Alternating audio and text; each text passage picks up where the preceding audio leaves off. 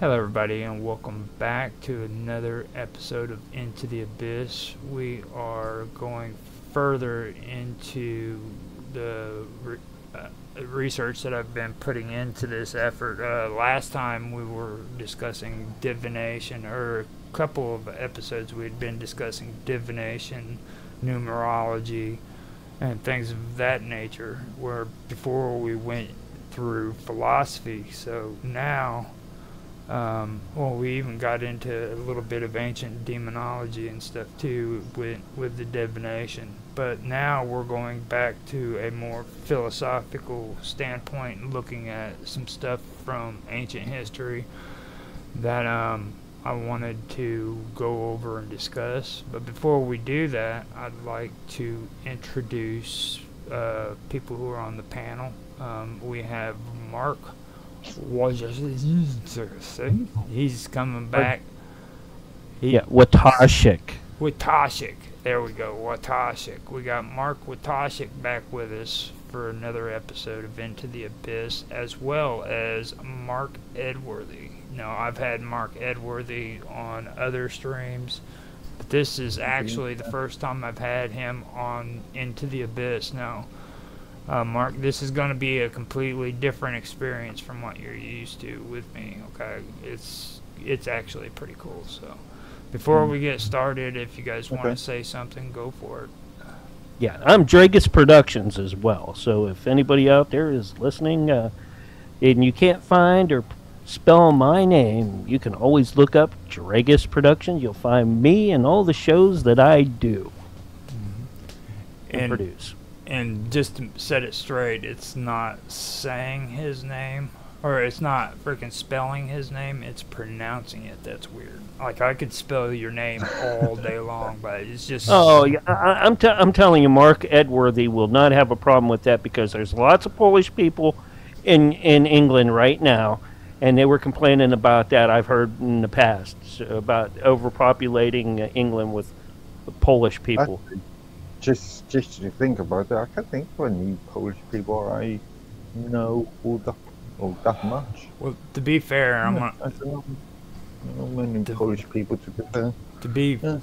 To be fair, and taking up for the English and everything, you know, the English actually just hate everybody. They don't want... Yeah, everybody's bloody savage. We don't. I get it. I We get do not it. discriminate.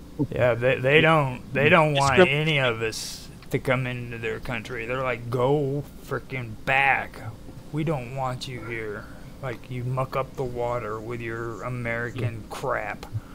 Well, what are you talking about? They don't even like people that cross their inner borders either, like the Irish and the...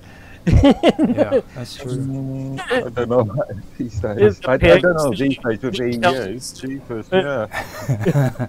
Okay, so with that being said, Mark, you want to say something? Hello, people. Yeah, meant to give you my Minds link. So, yeah, I'm at minds.com/Medworthy.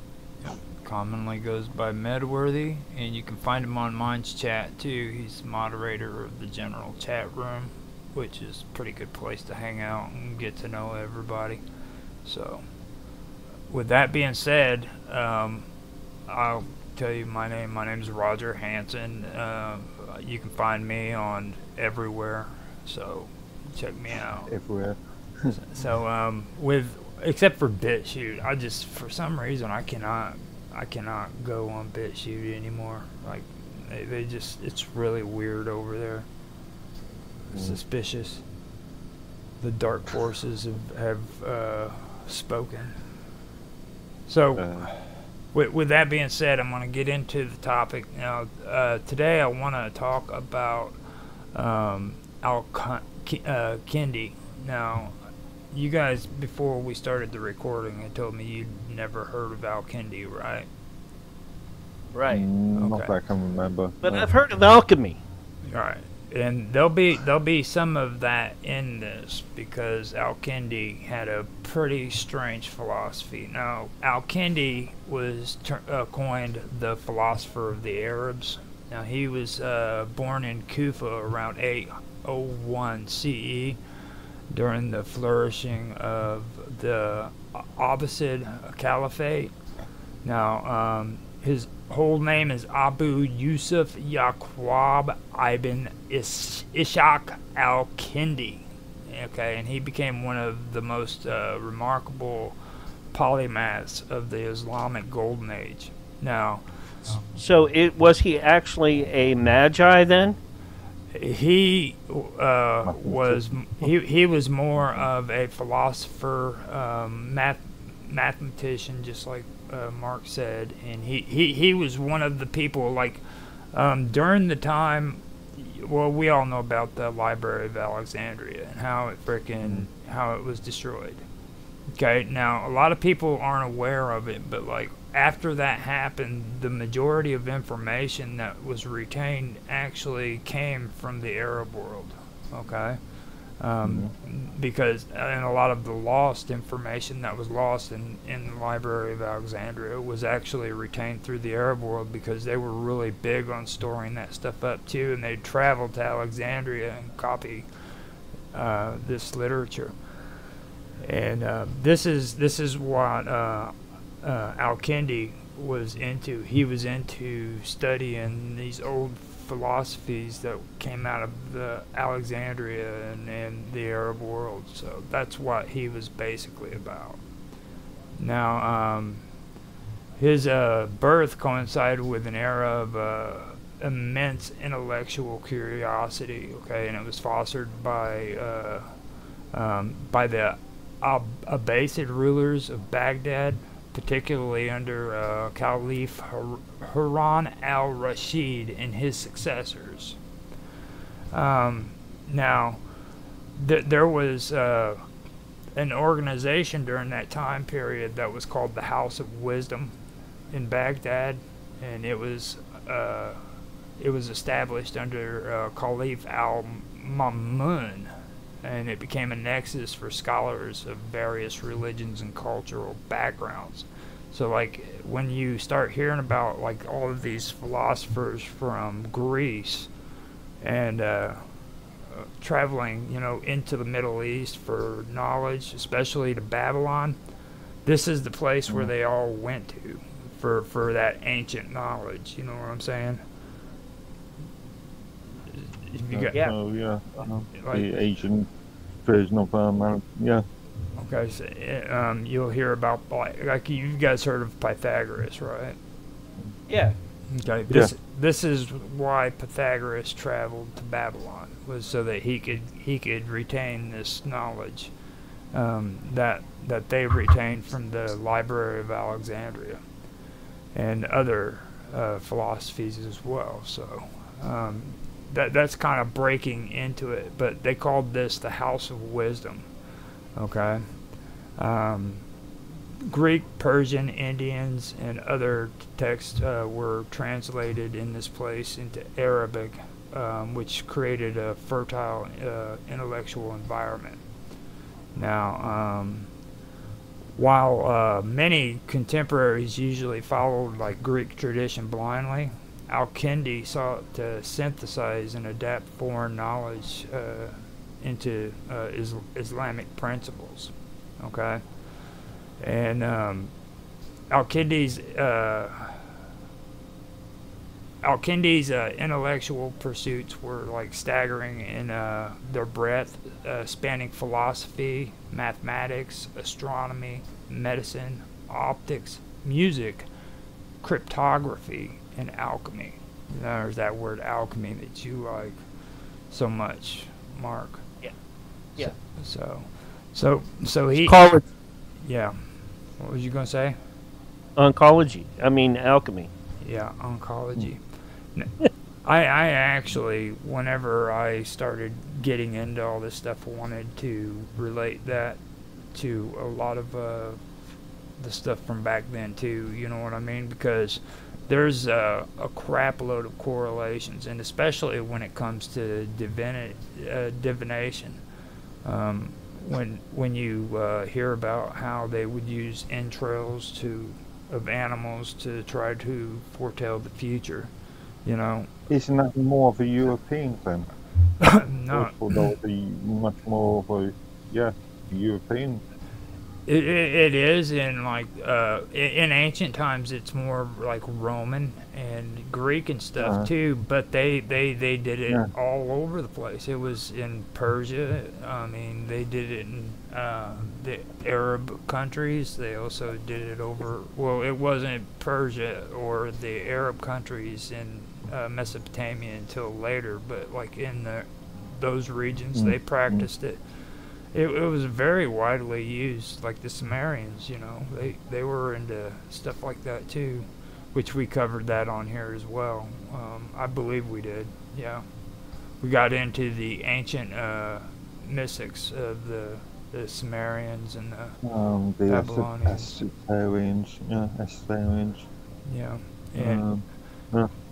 it was pretty interesting how we did that. But what I wanted to do there was kind of related to like you'll hear about in the scientific world where they do research on animals. Like they've got tests where they'll take a chimpanzee and they'll put wires to its eyeballs and then give it electromagnetic.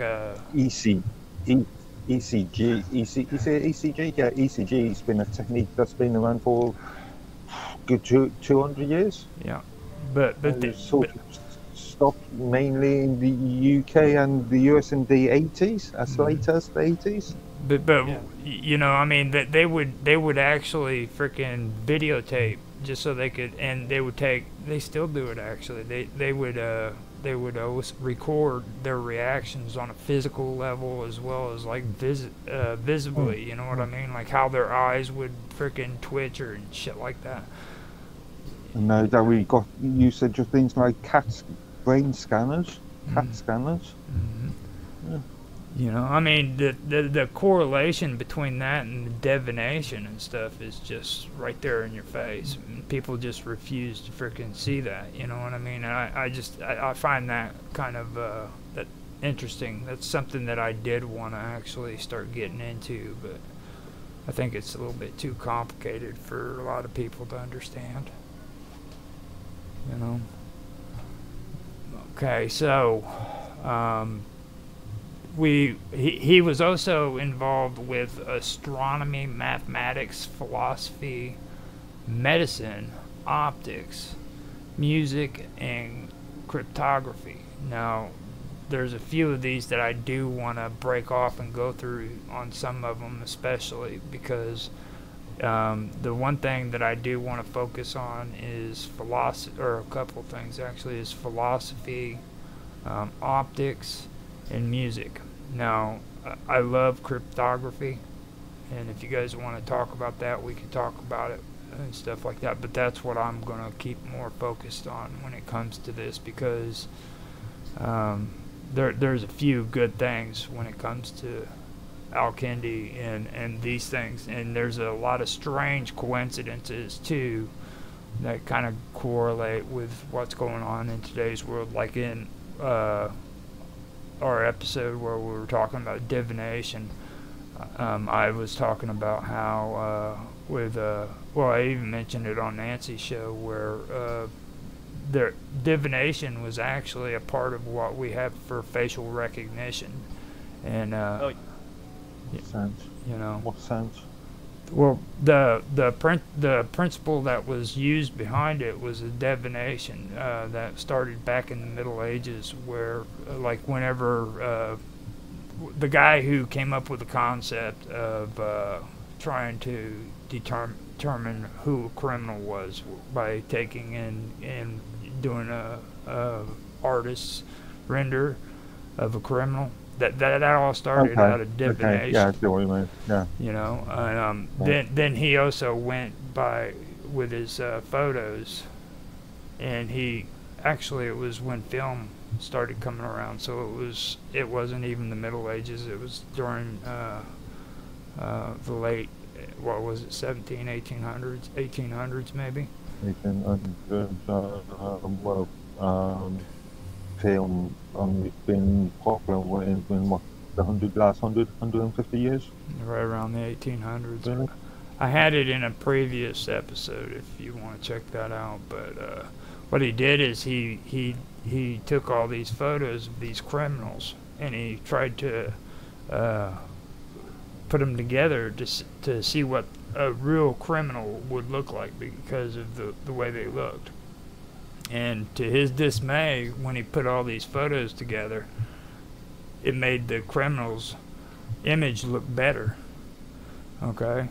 And that is basically what led up to what we have today with frickin' facial recognition and with AIs where they create frickin' avatars on AI to where they make like these beautiful women or, you know, beautiful men and all that stuff. They're taking these images and they're combining them together and creating that image. Perfect man. Yeah. Perfect person. Mm-hmm. It's pretty interesting when you check that out. It's really good, and there's other things too that I do want to bring up too when it comes to that kind of stuff. So now let me see where I'm at.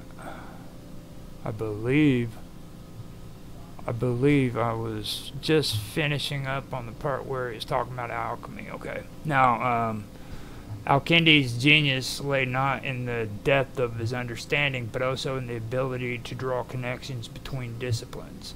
So he was an interdisciplinary kind of person, you know what I mean? He would go from one discipline to another discipline and connect dots and put them together, which is something that I find fascinating, especially for that time period, because people today still have a problem with doing that, you know what I mean? Al-Kindi was one of the first Islamic philosophers to incorporate the works of Aristotle, Plato, and Plotinus into Islamic thought. Through careful translations and commentary, he explored the nature of the soul, cosmology, and the universe, and the universe's unity under God's creation. Now, one of his most profound contributions was the idea that reason and revelation can coexist harmoniously. He believed that philosophy was a tool to understand divine truths and was not inherently contradictory to religious teachings. Now, he did a treatise, and it was called On First Philosophy, and it reflected his approach to metaphysics, where he sought to reconcile monotheism with Neoplatonic ideas. Now, he argued for the existence of a prime mover and saw God as the ultimate source of all being and knowledge. Now, this kind of goes into the agent intellect. Have you guys heard of that? A little bit, but you know, I never got really deep into it. So what are your ideas on it? From what you understand, what does it come down to? I think that's where it really comes down to where the other religions start to and philosophies go into like a one belief system. Do. But with that one belief system, there's a lot of shared beliefs with it. So, and you know, it cross platforms into other areas. You know, like the living, you know, environment around you, animal, you know, and the reactions and all that. Mm-hmm. And that's probably something that Da Vinci actually got into later on, or you know, picked up some of the teachings from. Yeah. I agree with that. Now, here lately, me and Nancy were talking about, well, I call it the cosmic weaver, or the cosmic weave. You know what I mean? That's what I call it. And I was talking to her about it, and you guys on her show. It might have actually been on Cafe Enigma when I brought it up. But a lot of the stuff that we were discussing that night had to do with this, and it also had to do with Al-Kindi and his beliefs too, because And you can see it in different things. It's like one of those popular, unpopular topics that you never really hear much about, or you never see much about when it comes to like outright calling it, talking about it. But you can see it everywhere. You can see this idea that we're all connected from frickin' well, for me, I say that it all starts from the thalamus in the brain, and you have these channels that are inside of your brain that are climbing fibers, and they go up into the receptors of your brain, which transmits information. You know what I mean? And I go even further into it where I've done research on this stuff where it says that we are connected not only in our brain doing that function, but this function is also connected to the cosmos. And everything around us is created out of that. You know what I mean? Out of that. Funny enough, I was watching a documentary earlier on what in relation to Jainism and how the Jains view hell. We're not very sort of Jain-like or Jainistic sort of ideas and that.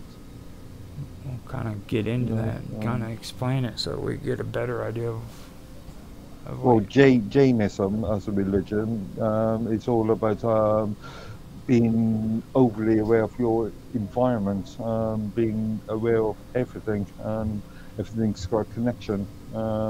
Hence why you've got Jains that will protect all living creatures as much as possible. Okay, so you're saying Gene, not Jane. Jane. Gene, that English accent, dude. We ain't got Nancy here anymore. She's the only one that finds that adorable now. Yeah. Probably busy tonight. Yeah. That's what I was thinking too. I was like, man, I wish she'd come in here because she'd love this conversation. Oh, even Jack would too. Yeah. Mm. No. Yeah. I kind of go for that. If you ever seen like like they show pictures of space where like a whole solar system or universe explodes and divides, it looks very similar to when a cell from a living creature divides. Right. Very, very similar. It's almost identical in a way. So we're in a living universe where everything is connected somehow, some way. Yeah. Okay. We can look at like, what we're standing on is like a wall of, a cell wall for something else, that, we're just skirting upon the surface of. Yep. Now, a lot of the more popular beliefs in this, they believe that there's nexuses everywhere. You know what I mean? And I personally feel that it's one nexus where all the information is transmitted to, and this is raw information that's like not created yet. You know what I'm saying? It's just raw energy, raw information that goes into this nexus. And it because of that raw information, it's transformed into something that's constructed. You know what I mean? Like, and that goes to like thoughts. It goes to freaking everything.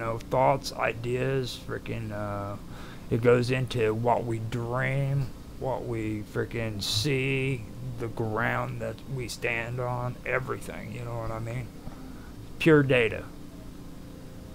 The Matrix. And that's kind of what I take from it, from all the stuff that I've read. Now, I can't 100% say that I believe this stuff, but it's pretty hard to freaking, like, even scientifically disprove that this stuff couldn't actually be true. You know what I mean? and even and it answers a lot of questions when it comes to the paranormal and the ufology and everything like that. You know what I mean? So it's something that I've found to be pretty interesting when it comes to these concepts. So I can read you the note that I have when it comes to the agent intellect, kind of give you guys an idea of what I'm talking about if you want to hear it. So, you know, Sure. Okay, so the concept of agent intellect, also known as the active intelligence, is a significant philosophical idea that has appeared in the works of ancient and medieval philosophers. It refers to a divine or intellectual force that plays a critical role in human cognition, knowledge acquisition, and the interaction between the immaterial and material worlds. The idea has been developed primarily within the context of Aristotelian and Neoplatonic thought, with later interpretations by Islamic, Jewish, and Christian philosophers. The notion of the agent intellect can be traced back to the works of Aristotle, particularly in his De Anima, and that translated is On the Soul, where he discusses the nature of the soul and the intellect. Aristotle proposed a duality within the human soul: the passive intellect, which receives and stores knowledge, and the active or agent intellect, which is responsible for abstracting universal concepts from particular experiences. This agent intellect was seen as an essential force that enables the human mind to comprehend higher truths and abstract principles. While Aristotle's ideas influenced later thinkers, it was the Neoplatonists, especially Plotinus, who further developed the concept. In their metaphysical system, the agent intellect was a divine emanation that acted as an intermediary between the One, the ultimate source of all being, and the material world. The agent intellect in Neoplatonism was responsible for the ordering of the cosmos and the intellect's ability to grasp universal truths. The concept of the agent intellect was widely adopted and expanded upon during the medieval period, especially in Islamic, Jewish, and Christian philosophy. In the Islamic world, the agent intellect was central to the philosophical systems of thinkers like Avicenna and Averroes. For Avicenna, the agent intellect was a divine intellect that could assist the human soul in attaining knowledge. According to his view, the agent intellect illuminated the human mind, enabling it to grasp abstract concepts and gain knowledge of the intelligible realm. In Jewish thought, the philosopher Maimonides,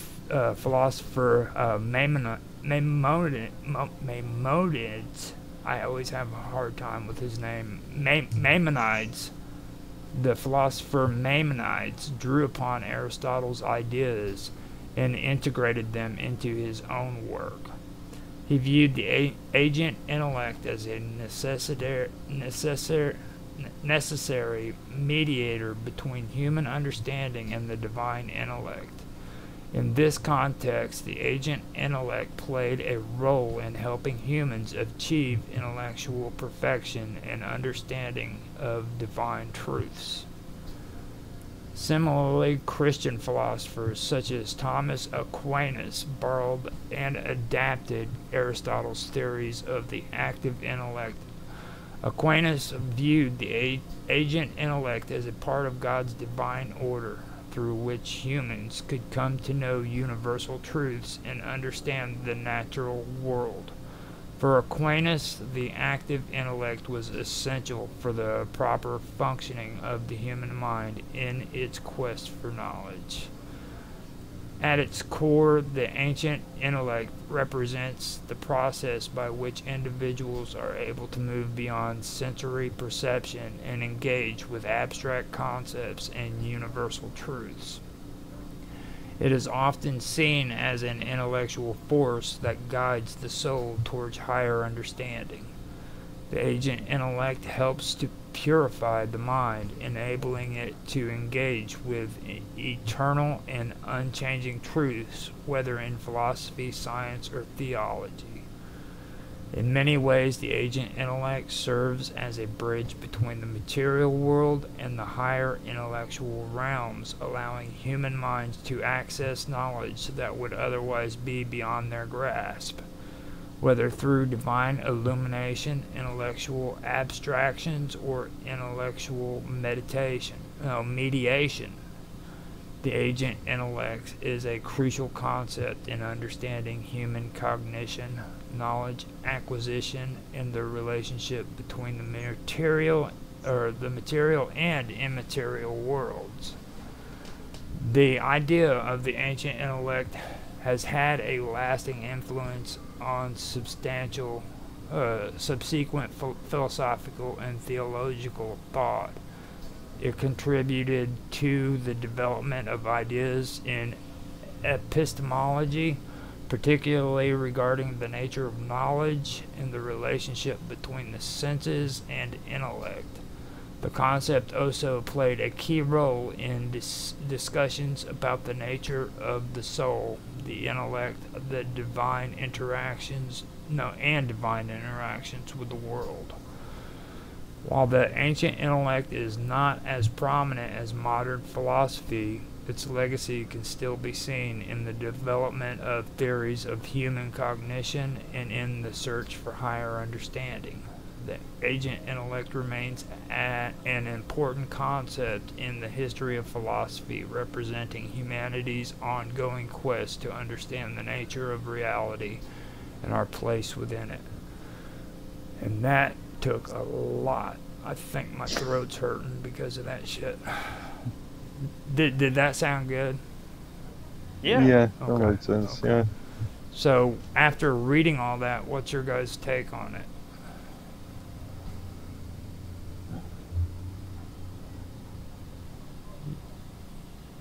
You didn't hear a word I said. Yeah, I did. Yeah, you did. What's your take on all that?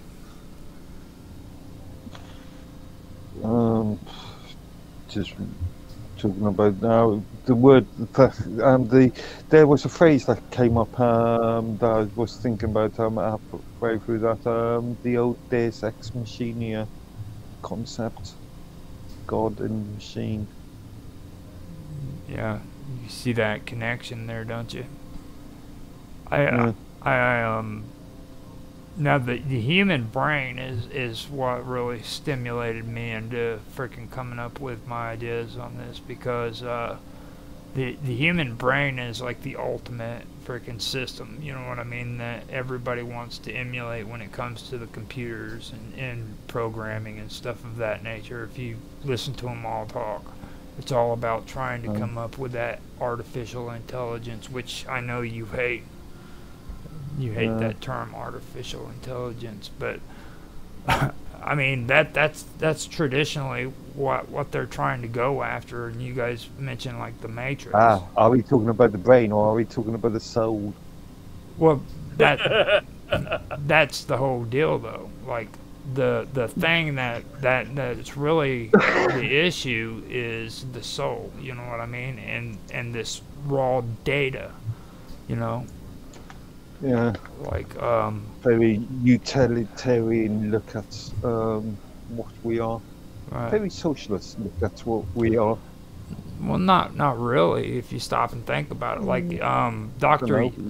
Young. Well, even Nancy says, and I agree with her, that all of us humans are actually biological computers. Mhm. Yeah. All right, so you know, when we're born, our cells are pre-programmed to do like certain things, like breathing, eating, wanting food, eating food, digesting, to the day-to-day things that we do. And then the thing is you know with with a computer now, will it have free will? Right. And what is free will to a computer compared to us? All right. Now, that leaves some philosophical discussion, but, sure, you can, come up with decisions, because you're going through computations. And of course, your mind goes through computations too. Mm-hmm. But, and there's a side of our brain that has, where we can touch, feel, and sense, have, all our senses that go in with it. Where a computer, at this point, they don't have that. Where they can select it to have, certain seeing, certain grip capabilities, but does it really touch? Does it really feel? That would be the thing. This goes back to our discussion that we had on Tech Talk ages ago about what and is intelligence, and then emotional you get into the intelligence. difference too. Then you get into the difference too, and you go back in time, and I've talked about this too. The golem was an automaton. All right. Right.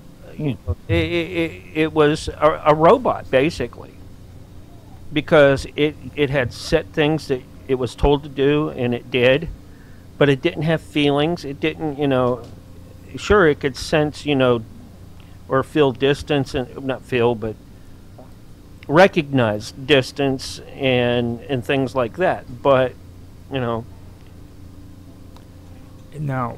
are we going for something like that yeah. these days? The new golem, the techno golem, or are we going to try to spiritually create one with clay, like the ancient Jewish magi's and all that did when they created these golems, and that was just one type of thing that was out there at the time that they talked about. I'm sure there were other cultures that had something similar.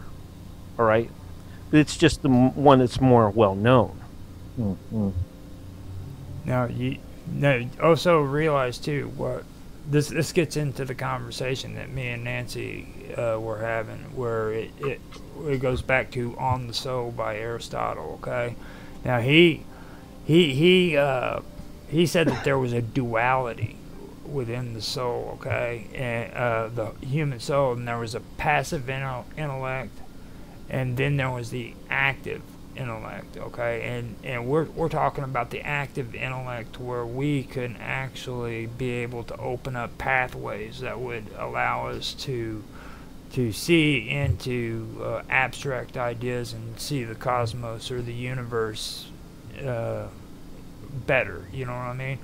But then, yeah, but I still think that because of our senses, we will still be limited, right, with what we can because of the container that we're in. Right. And, see, this goes into what we were talking about that night, about me saying there's blocks, okay? And this would go into the passive intellect that I was just talking about, where it prevents you from actually comprehending things, because there's so much data that goes into what makes a stream freaking flow downstream. You know what I mean? Right. All that data is just too much for the human mind to comprehend. So that passive intellect is going to shut you down at this moment, because we're not prepared for that yet. You know what I mean? So my next question would be, we were talking about computers and we're talking about AIs and everything. Now, this also takes us into the realm of transhumanism. Okay? Mark's talking about computers not having that consciousness or that soul.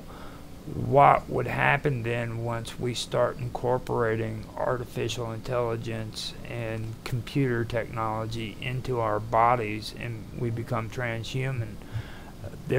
We become the Borg. It'll and at that point only certain portions. I think that the portion of the part where it's soul wouldn't be able to grow anymore because it would be trapped in a container that is very restrictive. Mm-hmm. But the container, but like Brian says, okay, because he talks about ETs and things like that, calling in. Actually, it's Jack, where they call the ETs call us containers. mm-hmm. We're the containers of, souls, and in these souls, and that I think our intellect in that is, keeps going, but it's only able to do so much with the container that it's in at the time. Mm-hmm. Now, and that's for learning purposes. That's my belief. Now, when we get into that too, though, you also got to think about like this data. We're not able to comprehend it, but like once we have this computer technology into our brains, we're going to be able to transmit data a lot faster. So, what happens there? You know what I mean? With our comprehension and being able to understand things at a faster rate, what's going to happen to us on that level? You know what I mean? It's one thing to transfer data. It's another thing to read it, to comprehend it. Well, just because you can transfer data doesn't mean anybody's looking at it. Right, because look at your computer. How much of the computer that you have going right now? All right, mm-hmm. Of the items that you have on there is stuff that you are using right now. Well, for me, I use all of it. All right. No, well, yeah, but you don't have all your programs open, so you're not or you would crash your computer probably if you had every single program open mm-hmm. at the same time. So you have to take into that into consideration as well. So, like recalling the information would be another thing too. Like with this computer, I whenever I need that information, all I have to do is just tap into it, and bam, the information is right there. Right, but even then, if you get a power surge or something, if you got that information and you transmitted it and it was transmitted back, all right, there's a chance it was corrupted. Mm-hmm. Okay? So, it's not a flawless system. Right. Now, and besides, we all use the internet and we only look for what we are looking for. We don't get all the data on the internet transferred to our local machines. Right. Yeah. It's it's like the old system of computing, where you're at the node. Sure, you have some pretty powerful stuff that you can use while you're at your mode that you have now compared to where you were at like 30 years ago. Where you just had the monitor and the keyboard that was hooked into the computer. Mini computer at one time was as big as a floor on a university. All right. In fact, that's how I started out. Learning about computers and that. Like, because it wasn't up until what, mid 80s, where individual computers were starting to come out for everybody. Yeah, mid-70s. Yeah. Exactly. Mm. Now, Remember, just because the content's there doesn't mean you even need to access it, or you have any point of accessing it. and also remember what we're actually talking to about too. We're talking about the agent intellect and the passive intellect. So you have the agent intellect, which is the the core. You know, at the core, the agent intellect is the process by which individuals able to move beyond sensory perception, and they can engage with abstract concepts and universal truths, where that would be what you're talking about with the internet and having information available for you. But then you have the passive, okay, the passive intelligence, which is the part that tells you no, you're not ready for this, or no, you can't. That's firewalls. Yeah, exactly. Yeah, You know what I mean? Yeah, that's what I was And I mean, the parallels there are just insane. You know what I mean? And for me, what I'm starting to realize when I'm reading this stuff is like the human brain could possibly be able to do this stuff without any use of a computer whatsoever, if the philosophers are correct. You know, if nothing else, we've manifested these computers by freaking our thought process, which is also very, very logical. It's exactly the reason why we have these computers in the first place, is because we're actually emulating ourselves into the real world. You know what I mean? Mm. So, yeah, like I said, this whole thing, man, is just it's interwoven to where freaking you can actually look at things and say, yeah, this makes sense. You know, like I do enjoy, you know, stories about the paranormal and ufology, but when I look at stuff like this, I can honestly say, look, man, it's a lot more than just space saucers flying through space. You know what I mean? Like there's a whole lot of more things that are going on in the universe if these philosophies are true. Like, I wouldn't need a spaceship to travel to frickin' Alpha Centauri. I could just step on a frickin' cosmic weave and bam, I'd be there. You know what I mean? Travel through the nexus, and bam. Well, I think part of that is because when we were created, all right, that was closed off to us until we're ready for it. Right. All right. You know, it's not only a growth of the individual, but it's a growth of the complete species. Right. All right. And that, I don't believe in evolution, but I do know that over time, you know, our bodies do physiological changes, you know, and you know that's even apparent from when you are born to grow old. So that's where I sit with that.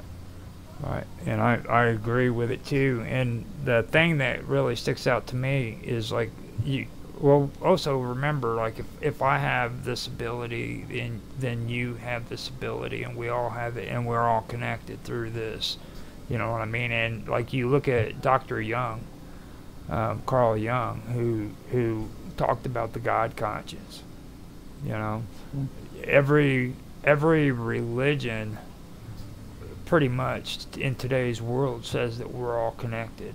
Christians say that we're all children of God, we're brothers and sisters, you know, things of that nature. So you've got that connection where we are connected in that sense. And like Carl Jung, he believed in the God conscience, where you could tap into this consciousness, where it's the collective consciousness of every human being there, you know what I mean? So that's the kind of stuff that really sticks out to me when I hear about this right here, you know. So Yep. Jung and the Golden Dawn opened up a lot of things for a lot of Mhm. beliefs and ways to do things. And see, that's another thing too. Like these, I'd also like to point out that these are first of all esoteric ideas, and the second thing of it is like a lot of the stuff that we're reading and talking about right now. This was forbidden knowledge at some point. Okay, like if we were born at a certain time period in the past, we would have been put to death for just even having this conversation. You know, so just realize that that's the kind of conversation that's taking place for anybody who's watching or listening. These are forbidden. This is forbidden knowledge that people during certain time periods in history wasn't allowed to know. You know, so I think that's something that's needed to be mentioned too, which is a good point to bring out. I don't know if you guys agree with me or not, but Yeah, yeah. you know, Yeah, theology, wanted to have soul control, and that's and when it wasn't theology, it was that was the spiritual, and then the secular got involved. Your kings and queens and dictators and all those leaders and that. They had a say in it too, for the silencing of that. yep. And So now, if you guys don't have anything else on that topic, I want to get into the stuff that I know Mark Edworthy is going to like, and this has to do with time. You guys want to? oh, I thought you were going to talk about terms of service, but anyways. Well, the only thing he likes better than terms of service, well, not better. The only thing he likes almost as much as the terms of service stuff is time. He loves time. Okay. Okay. Um, Here's the question about time. If the world stops spinning, will time keep going? on a bit too scientific sort of principle on yeah, because time is all about gravity, isn't it? We share different. If you go to Venus, you will have a different sort of scale of time. And if you're on Mars, you gain an hour or lose an hour, right? Yeah. So Now I'm going to run to the restroom real quick. I don't want you guys to keep this conversation going because that coffee has caught up to me. I'll be right back. I think he just ran out of coffee, and he has to make Yeah. a new pot. Yeah. So here we are, Mark. Cats away, mice can play. Where do we run amok from here? But yeah, and a lot of people don't understand that. They think that time is only the measurement of when the sun goes up and down, from where they're at. But no, time is a constant no matter where you're at. It's just that how we measure it may be different where you're at, Yeah. right? Yeah. I'm surprised. I'm really surprised that since there's clocks out there, that isn't considered like English Standard Time, and or whatever, and then we have some sort of metric time. Well, as we see in whenever we arrange anybody in Skype arrange these sort of calls, people don't have well, you any are the idea time about traveler the here. right time. You are the time traveler here, right now, because you are ahead of me and Roger as well. I'm Yeah. 5-6 hours in front of you. Time, but we are speaking across time. But are we? Is that truly a thing that we're speaking through or against? It, Or is it just uh, a perception?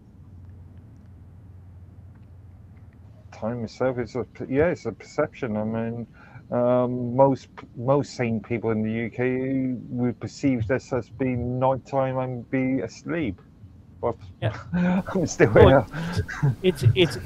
it's nighttime here too. Mm-hmm. It's a little after 8, all right, but and it's dark here, but the difference is it's the day before, not the day. Yeah, precisely. It's 2:15 here. No. morning. No, I'm back. I was able to get coffee because you guys had to Sure. mention it as I was leaving. I could have started a whole new pot by the time you did that. All right. Well, I mean, it was already brewed. I just had to reach in there Yeah. and grab it. And Okay. I went to the bathroom first, came back, and then said, you know what? They're right. I need to get coffee. So, Well, but I'm out of coffee now too, and I need to hit the restroom. So head to the bathroom. Mark will fill you into everything that we talked about perception and time, and you know how Mark may be a time traveler, or it's just the perception of what we see. Well, it was interesting that you brought that up because this next thing that I want to bring up is about Neoplatonism in the Great Year. So, Okay. are you two even aware of what that is? I saw it. You mentioned, but nope. Okay, no. Wait here. Now, this thing about perception and stuff, what exactly was you guys talking about before we get into that? Because that's... We were talking about the different time zones and how we perceive time, and the entire concept of time being relative to where you are. Right. Well, No. With the whole thing on that, what well, it might fit into this, but I really wanted to stay away from time zones because like you've like driven me crazy when it comes cool. to you're all happy about Good it. work. He's like, I've done my job. I have done my job. But this all rotates within the whole thing about the Great Year. Like you've heard of zodiacs, right? The zodiacal thing with astrology. Astrology, yeah. Now, and everybody knows about time being a part of the calendar system, and the calendar system was set up for originally, supposedly, for harvesting the harvest season, so that you know when the best time would be to grow crops and things of that nature. And then astrology, or I might have it. Yeah, it's astrology that was the one where it was divination and astrology and all of that stuff came along. But eventually what happened was it became what they called the Great Year, and Neoplatonism was the group that was really strongly responsible for that. Like, have you ever heard of Plotinus? Okay. No. Now, before we get started, and I mentioned Neoplatonism, let me let you and everybody who's listening understanding. Neoplatonism has nothing to do with Plato. Okay, Plato, his philosophies were a long time before these guys. Platonism, Neoplatonism, comes from a guy whose name was Plotinus, and this is his philosophies, as well as starting out with what we were talking about with Al-Kindi. Oh, excuse me, that was that coffee kicking in. So before I was discussing Al-Kindi, and I mentioned Platonism. So I wanted to kind of go into this aspect about what the Great Year was. So that's kind of a breakdown of everything. Now, Mark, are you still back? Or are you back yet? I'm kind of back. Okay. He's drinking his coffee and. Yeah, and I got a turkey leg. Oh yeah. See. Now, have you ever heard of Neoplatonism in the Great Year? Huh? No. Okay, so cool. I can break you in. I'm popping your cherries. You guys are getting Neoplatonized. Right. This is a great year for you, baby. Great. Okay, year. this is all Plutonic, right? Yeah, this is all Platonic. That's right. Okay, I don't swing the other way, all right? you'll be all swinging Neoplatonism when I'm done with you, baby. When I'm done with you. Okay, so. Oh God. Okay. That was a little embarrassing. I won't do that again. I won't do that again. I apologize. That was horrible. But I'm glad you're doing it on your time. I can't believe I just said that shit out loud on stream. Even that's kind of embarrassing. Jeez. But let me get back to my notes. Okay, so Neoplatonism in the Great Year. Neoplatonism, a philosophical system that emerged in the 3rd century CE, was developed by the philosopher Plotinus and later expanded by thinkers such as Porphyry. Porphyry is, and I always screw these names up so that you guys know. So don't, if it's the wrong name, then don't worry about it, because that's the kind of shit I do. I screw names up when it comes to Greeks and Middle East and Phoenician and all that. So, but anyhow, it was later expanded on by thinkers like Porphyry, Lambetus, and Proclus. Now, this school of thought is rooted in the teaching of Plato, but incorporated mystical and metaphysical elements that explore the nature of reality, the divine, and the relationship between the one, the ultimate source of all existence in the material world. One of the intriguing aspects of Neoplatonism is its concept of cyclical time, particularly as it relates to the notion of the Great Year, also known as the world soul's cycle. Just so you guys know, the world soul's cycle. In Platonic thought, time is not linear but cyclical. This view contrasts with the linear concept of time found in much of Western philosophy and religion, particularly in Judeo-Christian thought, where time is seen as a one-way progression from creation to an eventual end.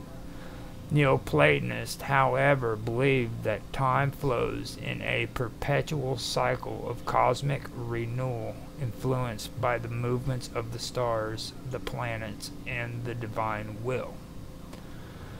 At the center of the cyclical view of time is the idea of the Great Year. This concept suggests that the entire cosmos goes through a vast cycle with periods of creation, destruction, and renewal. The Great Year is often associated with the motion of the heavens, and its duration is said to be linked to the time it takes for the celestial bodies to complete a full cycle, usually involving a span of thousands or even millions of years.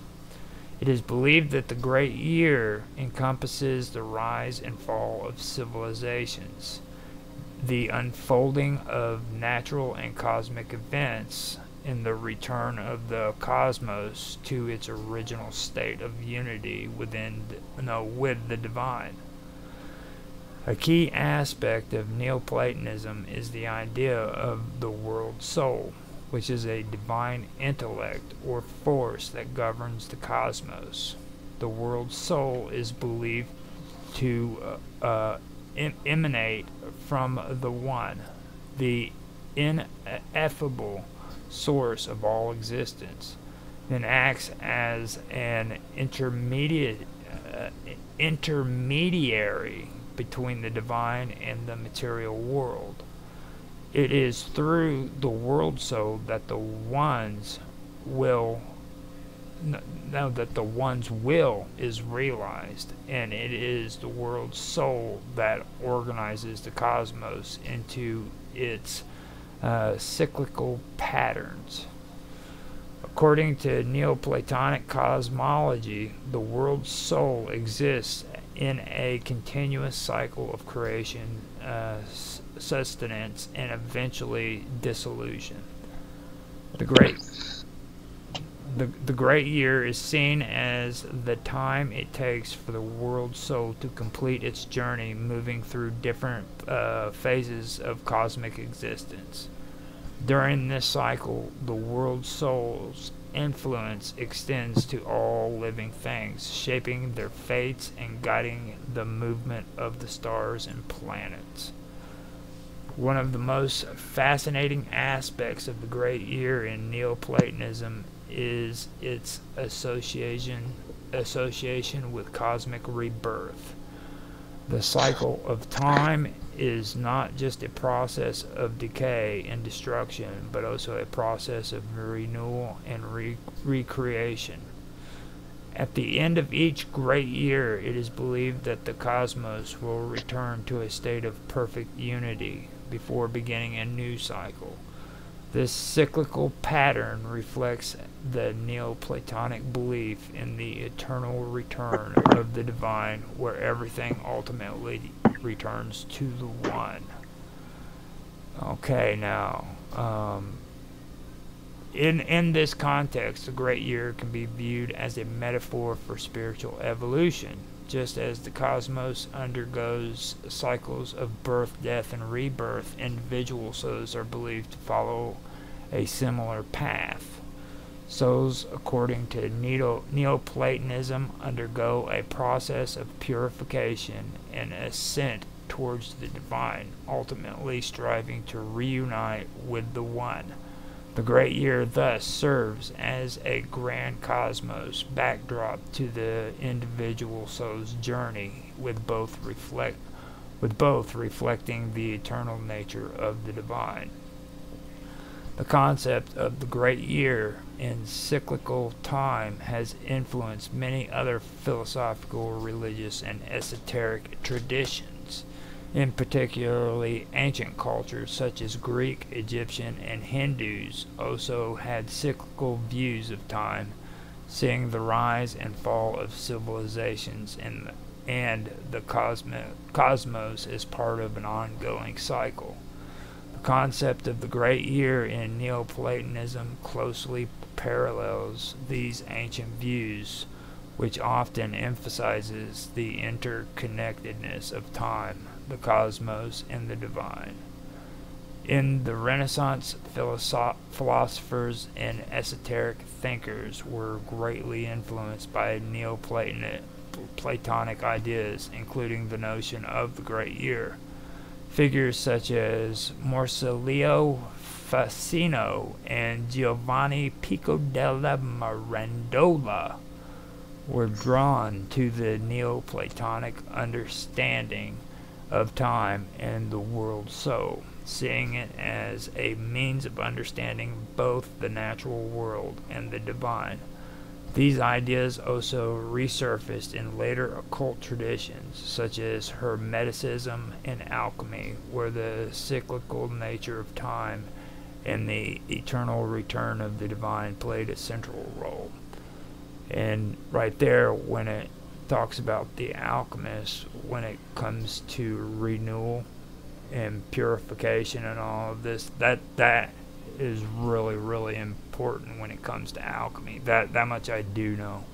I really do want to get more into the whole alchemy aspect of everything, but that's the one thing that really does stick out to me when it comes to that. I'd also like to note too that when it comes to the rotation of the Earth, it rotates on a wobble, and that wobble is also considered to be the great year as well. They've been debating on how long that actually takes for the Earth to create that wobble once as it travels around the solar system. So that's also an aspect of it. I thought the 2,500 years was the was Something like that, yeah. Mm-hmm. Well, was the complete year. Well, that was actually what they believe it is now, but the whole story behind that is pretty fascinating. Like, there were at least 5 or 6 people who in history who made their ideas of what the great year actually was, and they were way off. You know, like Aristotle was just an idiot. I mean, And then if you think about it, okay, 2,500 years for us, you know, to do that. Now, how many thousands or millennia will it take for us to go the complete way around the Milky Way? Right. Okay. And see, all of this has to do with this Because great year. it's all connected. It's all connected. Mm-hmm. All right. And we're trying to nail down time. And the vortex of this galaxy from rotation, and how it lines up with others, and we don't know if the galaxies actually rotate something else. All the galaxies may also rotate around something else. Right. So, 26 what was that? I just the heard. galactic years. Oh, Sonya's here. Hey, look at this woman. Hi, Sonia. Oh, beautiful. Hi. I'm glad you Oh, showed thank up. you. Yeah. You showed up just at the right time. Was you listening in? I heard there was I could get neoplasticized here or something like that. Neoplatonized, baby. Playtime. Yeah. That Neo. was the word on the street, so I figured I'd come in. There's not many others offering this sort of thing, so. Yeah, I know. Well, I know I don't have to pop your cherry. You've already been platonized. Neoplatonized. Right. A little bit. Just a little bit. These two are virgins. They're getting the royal treatment. I'm stroking them real good. Oh, no. Yeah. Going on? Yeah, I do that a lot in tattooing. Got The virgin eye. break that skin. They now they are just now familiar with this whole great year and everything, and I read all that out. Was you able to hear all of it? Most of it, yeah. So with everything Yeah, I said, what extra do you want to add to that? Because also realize this also has to do with the zodiac as well. So when we're talking about the great year, that's what we're talking about. Yeah, the great years when it comes back full circle in the zodiac, apparently, like at the ages, right? Right. Yeah, that 26,000 years, or is it the 2,500 years? Now that is something that I was talking. 25 to 26,000 years or something. Yeah. Years. It's Like the 25 to 2,500 26. Somewhere in there. Each 2,000 years? No, that's not it. 2,500 does each stay in there? is what they the Anunnaki were, and Nibiru and all that. Well, I mean, it's like even philosophers and scientists keep record of what the great year would be. You know what I mean? So it's not just like the Anunnaki or anybody. Well, even like Neoplatonists, but like actual, Yeah. like, And wisdom teaching yeah. as a whole couple. Very interesting stuff. Now I would do a Google search and everything, but I'm like kind of having to stay on this so that my video looks cool whenever it's being streamed out to all those cool people out there in the world, because they can see the notes and everything that I got on there. Right. I could probably switch it back to you guys so that I can get your guys' face on there. Mark's. There's Mark. Hi, Mark's. Mark. Hi. Hi. Hi. But I'm no see Mark. Mark and Mark. Whoa, just Sack. Whoa, just see Sack. Whoa, just Sack. it's- You're Mark number 2. I should just put up there Dragus Productions and be done with it. that Right? doesn't help at all. Yeah. Because everybody still wants to And call you- you Mark Wojciech. No, they don't Like want a to fire. call me that. only you do. Yeah, like Wojciech and shit. Oh. Okay, so I'm gonna go ahead and I'm going to type in what is the how many years is in the great year? How many years?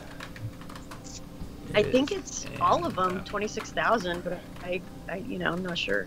I think you're right. Yeah. 100 or close to that anyway. 2,000 or 25,800 years. Yeah, there you go. That's Yeah. Yeah. yeah. Yeah, If, that's what Zodiac. Yeah. if we would have had Brian singing with us tonight, he would have been like, "No, it's this." Now, with the Anunnaki. Great. Oh, go ahead. Go ahead, Sonia. I'll do a little. Look what I got. Let me show you. Hold on. Oh, she's gonna show off. Yeah, I'm gonna show off, bro. Oh no, she's got the guitar. Jeffy got you It's a inspired. bass. It's a bass? Well, he started it, I think. Well, I've always been that way. I always liked music, but actually, my son, my 20-year-old, actually, I didn't bring him up, so we're like buddies. You know, it's hard to be buddies with your kid if you bring him up, so it's a little different. But he plays guitar, and so I was like, well, guitar is very difficult, so I figured I would just try basic first. And so far, so good. I just got it like yesterday, so it's just now tuned. So, and I really have no idea what I'm doing yet, but I'm really excited about it, so I wanted to share it with you guys. That's pretty cool. Oh, I got one I got one similar. I have an Ibanez acoustic bass. Now, Yeah, I got an acoustic bass, but I called it a generico because it's super generic, like China special kind of thing. But what do you get else for your first bass? It's like a beater, Yeah. That's, No, Well, you can get it wasn't first bass, but you can get a Yamaha. Yeah, Yeah, it was like that- $60. Yamaha or a Pive Yeah. if you're going to get an electric. Yeah. So. Yeah. Yeah, well, this is like you put electric into it too. It's one of those, Mhm. versatile one. Yeah, I'm That's just learning, mine so is, too. Yep, that's what. that's how mine is too. It's a acoustic electric. Yeah, I don't even know if they have like regular acoustic basses altogether. Yeah, I mean, I think they're all they call it a bass fiddle. fiddle. Yeah. Yeah, Ukulele type kind of thing, almost.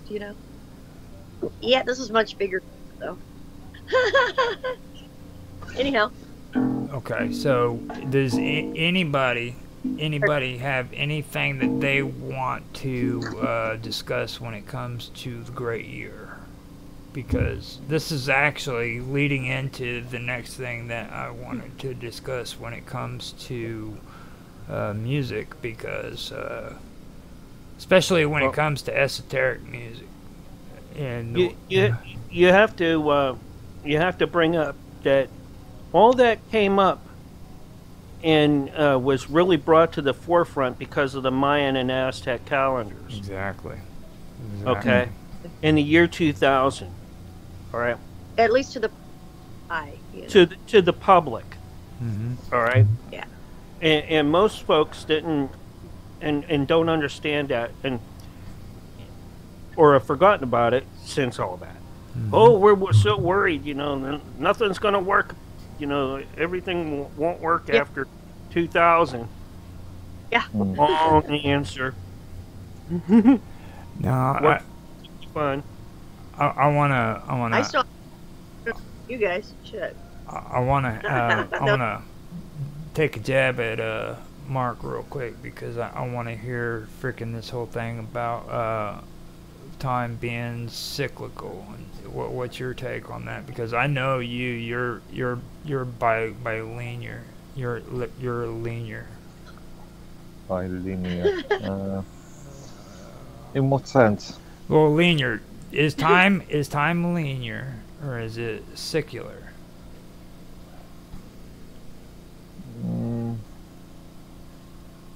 Yeah.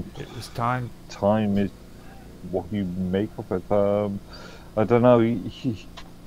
As an example, you can be sitting around and for an hour and thinking that you've spent half a day doing something, or you could be sitting around for an hour and thinking that only 5 minutes have gone. so it'd be a perception. Yeah. So that would make my argument even stronger when it comes to this cosmic weave and the philosophies behind it, because it all starts within the brain and it works its way outward. Right. That makes cyclical for sure. Mm-hmm. It's just perceived as linear because we're here in these avatars. See, and So- you're getting into the avatar thing, okay? Now, Well, how would we? Now, Unless it was which timeline are we going to go with today? yeah. Because Right. so Exactly. that once there's a way to split, and then there's other dimensions that run right along with us. So, and that's been proven. How does time And work there? And does it affect the time here? Exactly. Sure. Why wouldn't it? If No. it's interwoven like that, Right. it only could, right? Because we're all connected. You see, so where our reality is actually being changed, it's affecting the way reality in these other dimensions are being changed as well. Because Sure. it's all connected. Right. It's like we're all on a gigantic carnival ride, and like part of the wheel around the Ferris wheel or whatever is like getting like crazy and everybody's screaming, and the other part we're not, but we're like, wait, something's going on over there. I don't know what it is, but the ones that are on the peaceful ride with the candy and lollipops and popcorn, having a romantic date and stuff like that. Mm-hmm. While the other side of the Ferris wheel is like, wow, what the fuck is going on, kind of thing. Or I mean, it's like a ever ending momentum in every direction, really, if you ask me. It's, For sure. we were actually having a conversation on that too when it come to what was it? I forgot the damn freaking topic, but we were talking about Greek mythology or Greek philosophy before Neoplatonism, and it was about the agent intellect, is what it was. Have you ever heard of the agent intellect? No, I don't think so. No, What's that? you have the passive intellect, and then you have the agent intellect. And the agent intellect is what enables us to be able to comprehend abstract concepts and things that are unseen. All right, where the passive, Right brain type of stuff. right, and then you have the passive intellect, which is the part of your intellect that that basically shuts you down because you're not at that point where you can comprehend it. You know what I mean? Right. That's interesting. Yeah. So that's more like mental stuff, or Philosophical theory. What is philosophical theory, really? You know, Well, come on. we've been talking about it. It's a combination of divination, ancient practices, ancient philosophies, ancient beliefs that's culminated into what we call philosophy today.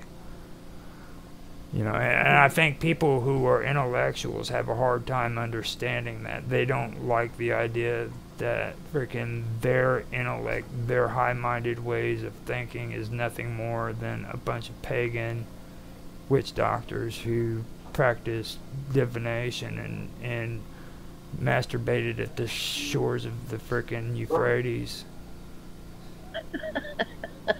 Why has it got to be all like that? Well, I'm just saying, you know, it makes them feel less than to. Well, come on now. He didn't bring up Satan. That's true. No, I guess so, but still, you know, kind of is in the same wheelhouse kind of area, maybe a little bit. Well, I mean, Mark, number 2, you look like you're super busy right there with your bid, man. yeah. Like with your avatar bid going on. It's like, wow, what is he like? He's producing something. What's he doing? I don't know. Is it a DJ thing? Is it like a movie? I don't know. Nope. That's you'll never see my face because I don't do cameras. I think I've seen your face before. No, you did. not yet, not yet. Wait, Oh. You have dark hair? we might Not have. here. Hair, right? Or no? No. Am I completely off, babe? No? Now, You have blonde hair. I now, swear I've seen you before. I don't know if we've seen him before on purpose or accident. We could have seen him on accident. Yeah. I doubt if it was accident. Yeah. I think you have dark hair. I just picture you Nope. having dark Nope, hair. nope. You're definitely wrong. I'm as bold. I'm as You're as wrong. you get. In Great. fact, Awesome. if I had a camera on right now and the light was shining on, you wouldn't be able to see me anyways because you would all be blinded. And I do that on purpose. If it wouldn't be flat or the huge glasses that I wear, all right, the reflect would just show my Now, he my could. monster in front of me. That's it. All right. I don't do You gotta, ever. I'm way off this. Ah. you've got to be careful. He could be just like rubbing you the Bullshitting. wrong way. Yeah, because like freaking, I mean, a bald-headed dude with glasses and just so unattractive. You know. Come on, I've this is known Mark. many very guys with glasses. You know, I it's would not even believe about- I would believe that with anybody else but this man right here. Okay, trust me. Trust me. Well, you know him a lot better than I do. So, He you know, is something else, man. He is something else. Now Definitely he something might else. Like- he might be like bald headed. Don't get me wrong, but I wouldn't go like he's just so horribly freaking. You know, I don't believe him. Just saying, Mark. Just saying. Oh, come on. Okay. I bring a special kind of element, I think, to the whole conversation. I think we Mark slid is off the best. topic there, Roger. Yeah. You're I talking me, Mark did. now Late into the night, in the morning. now Many a times. now, Many times. now that we've covered the great year, the one thing that I do want to actually get into is the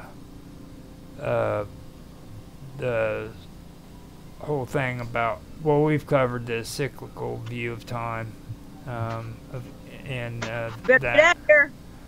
now Gonna get it. we've got. Do you want to say anything about the world soul? Have you ever heard of that term? I have not. Okay, so You're talking- I'm No. I'm fine with. Is there a balloon or condom that size? The whole thing about the condom, if you want to get into that whole topic, you got to go listen to David Icke. He'll explain. Oh, okay. He'll explain the word condom to you all the way. Dave, bro, but I Yeah. haven't heard the whole thing. recycled soul. No, I haven't heard that. Well, he thinks that we live in a holographic world where we're being fooled into believing certain ideas and everything. And at one time, I believe he believed that the moon was a satellite that was emitting this holograph. Sure. And Yeah, our perception is being distorted by all these frequencies. right. One from the moon, the other part's connected to Saturn and things like that.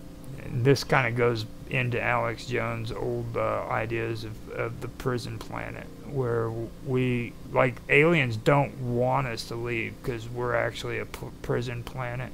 No, there's a soul trap going on, so they just recycle people. Like when you die, it's not even like a real thing. It's still in the matrix, I guess you could say, of illusion. To where even though like if you've ever been out on the astral, any of you, I'm sure you can create whatever you want to. That's how it works. It's like instant creation. And it's supposed to be that way here, and it does work that way here, but it's a lot slower and more convoluted and more constricted by outside interference, I guess you could say.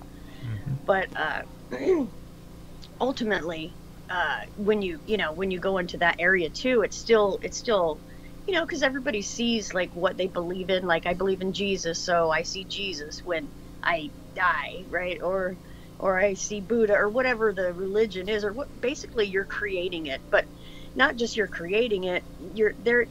Because they have way mass technology that we don't even have any like fathom of, really. And so they're like, oh, this chick, she likes Buddha, so we're gonna, when she kicks it or crosses over, whatever you want to call it, then we're gonna come up to her as Buddha, and we're gonna work with her to get her to go back into another life, because it's a machine, and it's harvesting energy. Ultimately, is what they do, and it's like it's a myriad of different ways that's energy harvesting. But these souls, they don't know they can like take off and go somewhere. They think, oh, I'm dying. Here's my grandma, here's my grandpa, because they can pretend to be anybody they want or anything they want to present to you. And then it's just so easy to manipulate humans from that perspective. Geez. So then it just continues, and then you get born again, and you're like, oh, I gotta go like be better this time, which, I go back and forth on this a lot, because I'm like, well, it can't just be, because the people who say that it's an energy harvesting machine, like it's a soul trap and all that, those folks, they totally don't, at least the ones I've seen, they don't recognize or give any credence to like learning, like it being a school, because there's that whole section that says, oh, this is a school, we come to learn, we learn these things and things like that, and that's why we come here, to like evolve as a spirit. So there's that section too. So, and I'm like, well, isn't it both, really? Because I know I've learned some things and been like, there's no way that the things I've experienced and learned and like had recognition of it being sort of a test or lesson or learning experience overall, that can be negated so much, because it is.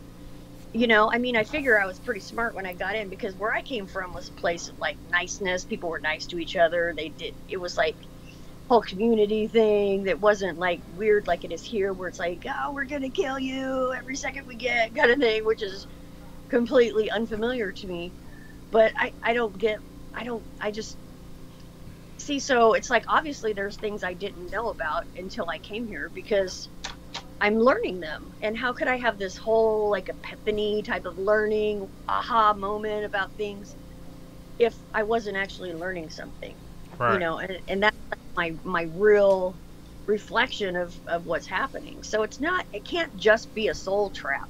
I think maybe it might have been like coerced at some point, or taken over at some point by maybe others, or energies with more technology, or beings with more technology, or whatever, that decided that that's what they wanted to do, because there is actual energy harvesting going on. And I'm sure you guys know, or have witnessed in your life, like the way that people just flip. They just completely flip, and then they work on this like narrative that has nothing to really do with the situation, or at least what the conversation was about, or what you guys were talking about, or whatever. And they come in and go out. It's in it. There's so much programming going on with people. It's just crazy here. This is the craziest, most exciting place to ever like incarnate at, for sure. I mean, if you can get through Earth, you could get through like a lot of planets, or whatever you want to call that whole polar deal, because this place is fucking nuts, dude. Well, Like, you're. What do you think of walk-ins? walk-ins, I've gotten a lot clearer picture about walk-ins recently. Walk-ins, from what I first knew, because that's kind of a difficult, for me at least, a difficult subject to get your mind around. Walk-ins, how does that happen, you know? Because if you're you, then aren't you going to be you later or whatever? I think it's from what I'm seeing, it's an integration of different perspectives or souls, however you want to call that, that have made some sort of agreement. And I don't even like the word contract, because that's so like cabal, you know? Mhm. But it's something like it's an agreement to where, because one's like has other things they need to do, and it brings in like, well, do you really incarnate not knowing if this is what you want to do? Because you know how they say in the whole lesson, you know, side of things, it's like you make all these lessons in your life before you even incarnate. So you want to like accomplish these goals and things like that, and then you go in not remembering anything. Got to remember the mind wipe thing going on, right? Too, which is weird. There's another weird thing in there, to where if that's the case, then you know, I don't even.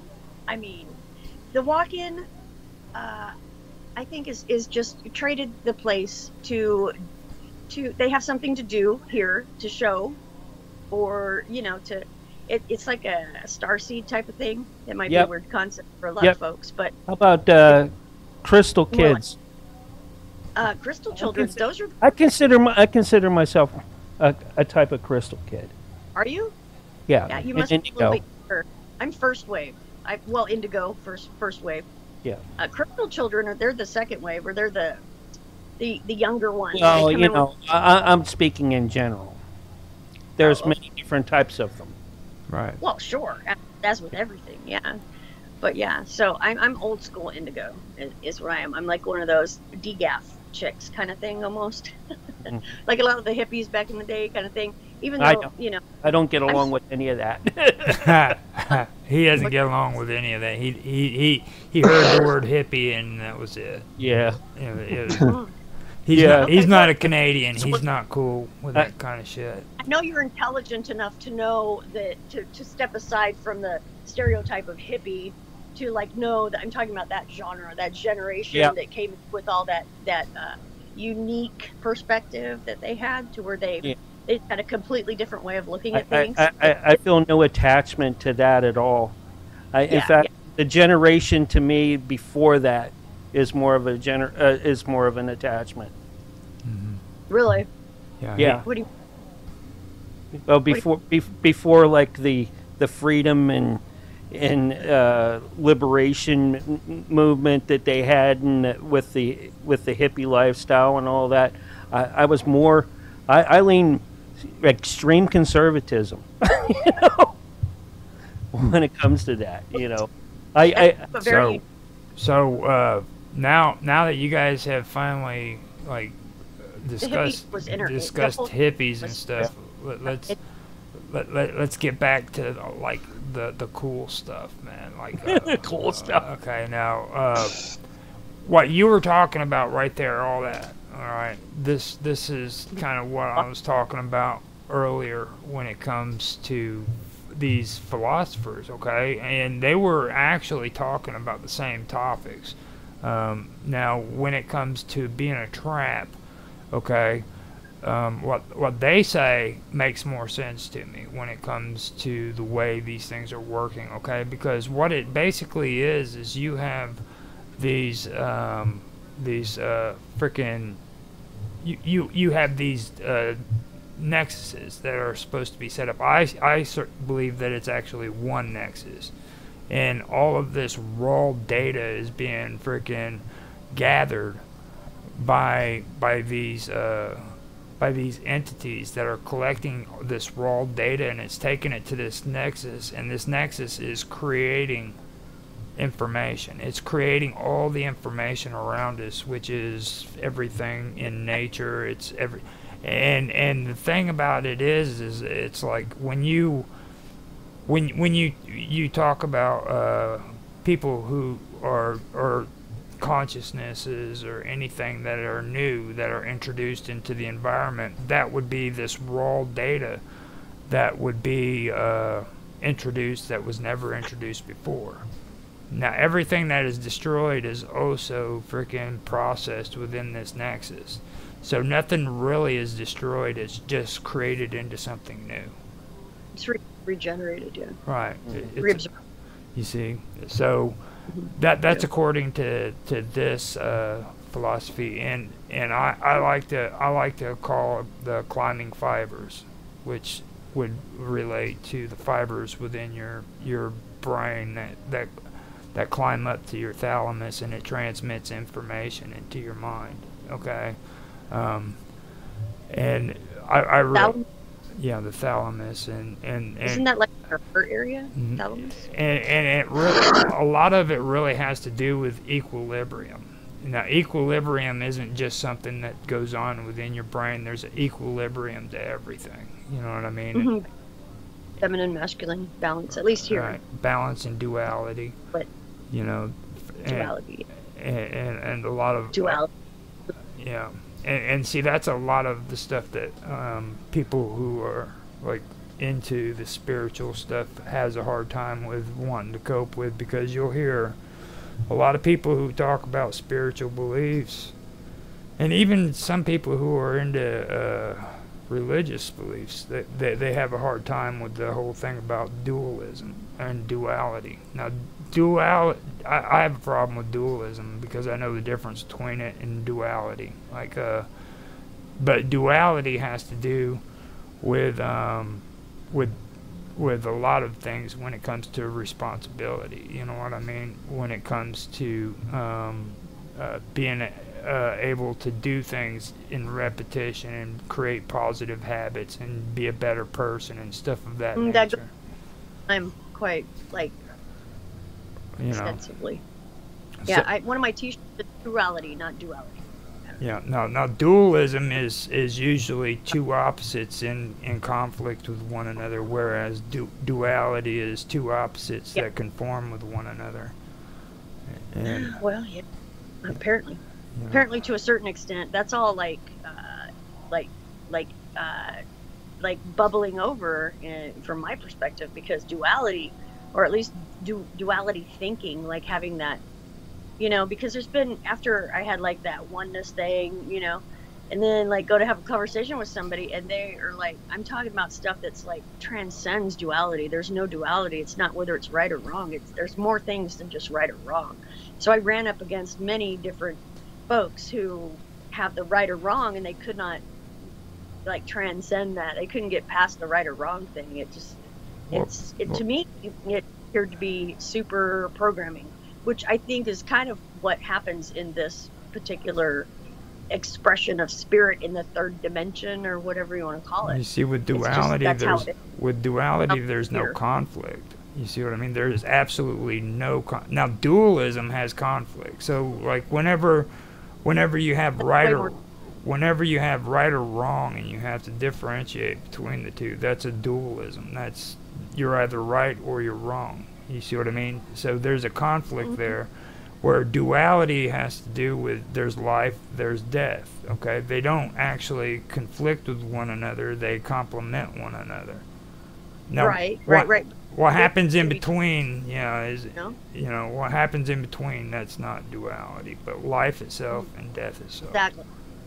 Maybe that's where I was focused at the whole time. So in my experience with duality or whatever, it's like that's what I.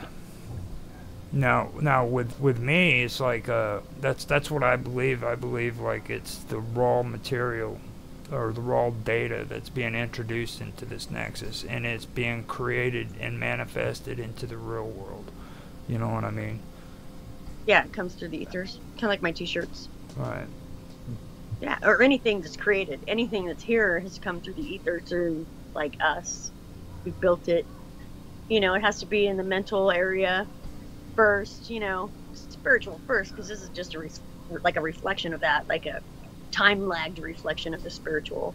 you know. Well, mine And goes it- mine as goes above- even deeper than that, though, because like even the Oh, stuff really? of the mind is created in this Sure. nexus. Every thought, when you dream, the dreams that you have, they're created within the nexus as well. You see. Yeah, you got to take into account though the technology that's being used. I would say against people, not to their benefit, that invades their dreams and things. So it's not like a natural process so much as people think it is, Right. because of the interference coming in. Right. And me and Mark, or me and the Marks. That's what I'm gonna start saying. The cool. Yeah, We yeah, have yeah. the Marks. The marks. That's right, dude. I'm right there with you on that. We were having a conversation about this that it had to do with transhumanism. Oh yeah, yeah, yeah. Okay, and like, does this really have to do with the soul or not? You know what I mean? Is it just raw data that's being transferred from this nexus that's doing this, or what's the deal with that in the soul? You know what I mean? Well, if you ask me, that the soul cannot be transferred so much, and if I'm sure that has happened, and there's a smidge of it lost, hence soul retrieval. However, that technology cannot adapt to the soul. It's not fit. It's just not able to, like in the very core of things, it cannot adapt to the soul. So if then that to me would say that well, basically it's just the soul's being blocked off, and the person, which is the soul, is a personality a soul? I mean, that should be like looked at. And I think to a certain extent, of course it is. I mean, what other than, because when I went like out on the astral, I'm still like me. I don't lose myself, even though my body and my brain isn't with me so much. And maybe it's just I'm still connected to that, like with the silver cord thing, like I still have access to my brain or something. But I don't think so. I think your perspective isn't your brain. Your brain just is like the interface of your soul into this place, kind of thing, like like, and that's what's being hacked. And then I think with the transhumanism thing that's coming in, or obviously engineered to like cut people off from the soul, because we're connected to source. All of us are. It's another T-shirt I have. The force, source is the force. So and these folks that are doing all this, the ones in charge of all this, do not have access to source. They're just sourceless. Let's put it that way. Mm-hmm. And they have to have. That's why they do energy harvesting, because they have to have that to like be alive, to exist even. And there's so many folks that, I mean, you can get loosh off of anything, really. I mean, loosh can come from like, oh, I hate your shoes, or just anything stupid even, or that we would perceive as being stupid. So, I forget my point. It's just, it's all a big bowl. It sounded good, so yeah, it was all right. No. It's all real. It's real stuff. I'm really interested, though, to ask Mark something whenever. Go ahead. Go for it. Will tell me. Go for it. He needs. Oh, sweet. Awesome. You're an awesome host. You know that? Yeah. Okay, so. Tell Jaffe that so that he understands. Mark number 2, that is. Mark number 1. But Mark number 2, I'm curious as to what is your take on walk-ins? I think that a walk-in happens when there's an alignment that's doing 2 different lessons at the same time, and there's an agreement to switch to go to the other side. Okay. And it happens with a flash. Oh, and a flash even. Yeah. And then the person. It's happened to me. That's. Oh, are you a walk-in? Yeah. You are? Yeah. Really? Yeah. Wow, that is so cool. Wow. Oh it's my not God. something that I talk about forever, but obviously. We're on the topic tonight, and I figured, hey. Right, that's the best time to talk about it. You know what I mean? Don't Would get you too. care to like tell more about your walk-in thing? It happened when I was about 7 or 8 years old, Oh wow, that young. Very young. and I was just kind of riding my big wheel around, and I was like, I really don't want to be here, and I Yeah, felt you had wheel. that I didn't Okay. really want to be there, and I'm like, I want to trade, yeah, and it happened. You had a big wheel, dude. Yep, So awesome. I didn't have a big wheel. I had many big wheels. It happened around when I was about 7 or 8 years old. That's very interesting. So you are still you, right? Yeah, Or are you not you? Yeah. You're still and they are still me too. It's just right. in a different timeline. Oh, so it's like a different timeline. So That's how I look at it. Different timeline right. that just happened to just line up at. Wow. So it's like Boom. intersection. Yeah, like an alignment intersection with the different lines. Wow. Okay. So let me ask you this: Is do you think this has anything? I don't know, like how you think about higher selves or things like that, but there's a concept of higher selves, and like they're like our guides almost, like we're just like little puppets down here of our higher selves, kind of thing. So, how does that work with that? Was it like the higher self coming in, or do you not even like It's like prescribe it? it's just a soul transfer, and with that, all the information that the other side had is now gained by the one transferring in. Okay, okay, okay. Okay, so where do you think the other part of you went? Where is It's the in a other part different timeline. in different timeline? Do you have Yeah. access to it all? Like, can you check in? I feel there's times that when I'm out and about or doing things that I still connect to that from time to time, Fascinating. and that certain things also with that have made me think that I could have been in a fatal accident here, but on that other timeline it may have happened. Okay, okay, okay. So there is that perception coming in of Yes, the other. I have that perception with it. Wow, wow. And, That's and with that, it's probably why I have had so many different type of different encounters throughout my life, from missing time okay. to cryptid encounters, I've had a couple Yeah. of cryptid encounters. What it was. chupacabra encounter in Panama. All right. Wow. Yeah. That's All right, and I'm not talking about the dog. I'm talking about the gargoyle. Well, yeah. Chupacabra's not a dog. That's just like a. And then, yeah, it's chupacabra is an all-encompassing word that means bloodsucker, Totally. goat sucker or something like that. But anyways, So that- you're saying you're saying you're a goat sucker, dude. Oh. no.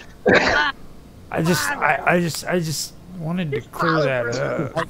I had an encounter before Operation Just Cause, Okay. which was when we invaded Panama. Okay. Where my wife and I at the time were in an apartment, and this thing came into the apartment complex, raised a lot of hell, and tore up the roof where we were at. We were up on the roof. Think of an apartment complex that has all the apartments that go on the outside, and on the inside of it, there's a patio.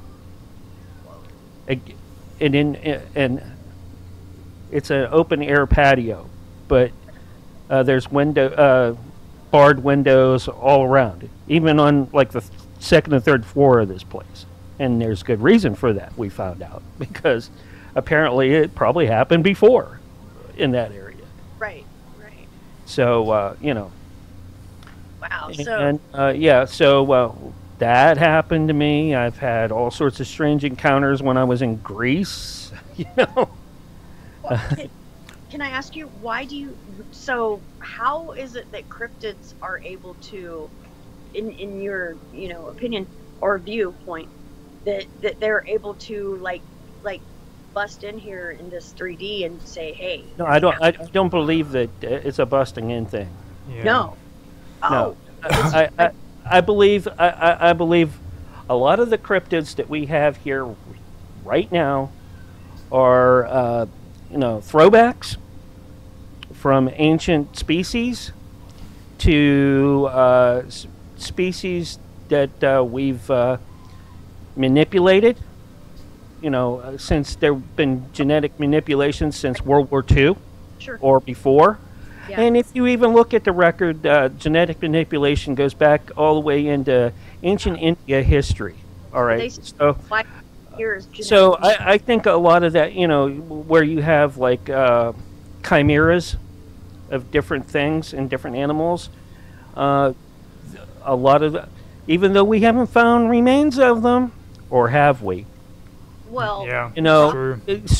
it doesn't mean that they didn't exist, like Medusas and the Minotaur, and even in ancient Greece, one of the kings was cursed to be a wolf because he had a taste for human flesh, ew. and Zeus cursed him. So, High five. so talk about and if that isn't genetic manipulation, then tell me what is. Right. Right. Uh, So I got to share my cryptid story real quick because it's super interesting. And where else do you hear about stuff like this? So I was hanging out. I haven't even told you about the cave bear that I saw in Missouri Oh my goodness. that I thought was a giant dog man that was hunting turkeys while we were on our way out to the missile site when I was in the No, Air he Force. said cave bear, right? He said cave. Yeah, cave bear. Okay. When I you- described it to a cryptozoologist, a really good one at the time, who is no longer with us, he was actually JC's mentor. Mhm. Not JC, but Jack's mentor, JC Johnson. He told me, "Oh no, what you're describing is a cave bear. There's been sightings about those too, not talked about a lot." I'm like, okay. Yeah, I just seen a couple of little fuzzy things that were fuzzy white. They were like maybe this big, and they Yeah. were just running across the ground. And I thought it was like a roach because I don't like bugs so much. Yeah. And not that I had roaches in my apartment, but I was like walking at one point, and I was like, and I moved my foot out of the way really fast because I didn't want it to run over my foot. And then I like seen that it was like this little white, two of them, little white fuzzy things just like scurrying by, and I was like, whoa, what the heck was that? But it was one of those things where they weren't like in this reality, and that's why I asked that question, because it's like you had to, and that was during my second awakening, so I was seeing things that normally I wouldn't see, kind of thing, because it is a frequency thing, like almost like when you see UFOs or you don't, it's like a Yeah, frequency. and I think that's because my frequency may be a little different than the original. Yeah, Okay, probably. is why I can pick a lot of this stuff up. Okay, Sure. perception wise, because they may have come from a close or the same place. Yeah, well, maybe. I don't know. I mean, But as far as and then aliens, I think a lot of that is time travelers from the future, as well as Well,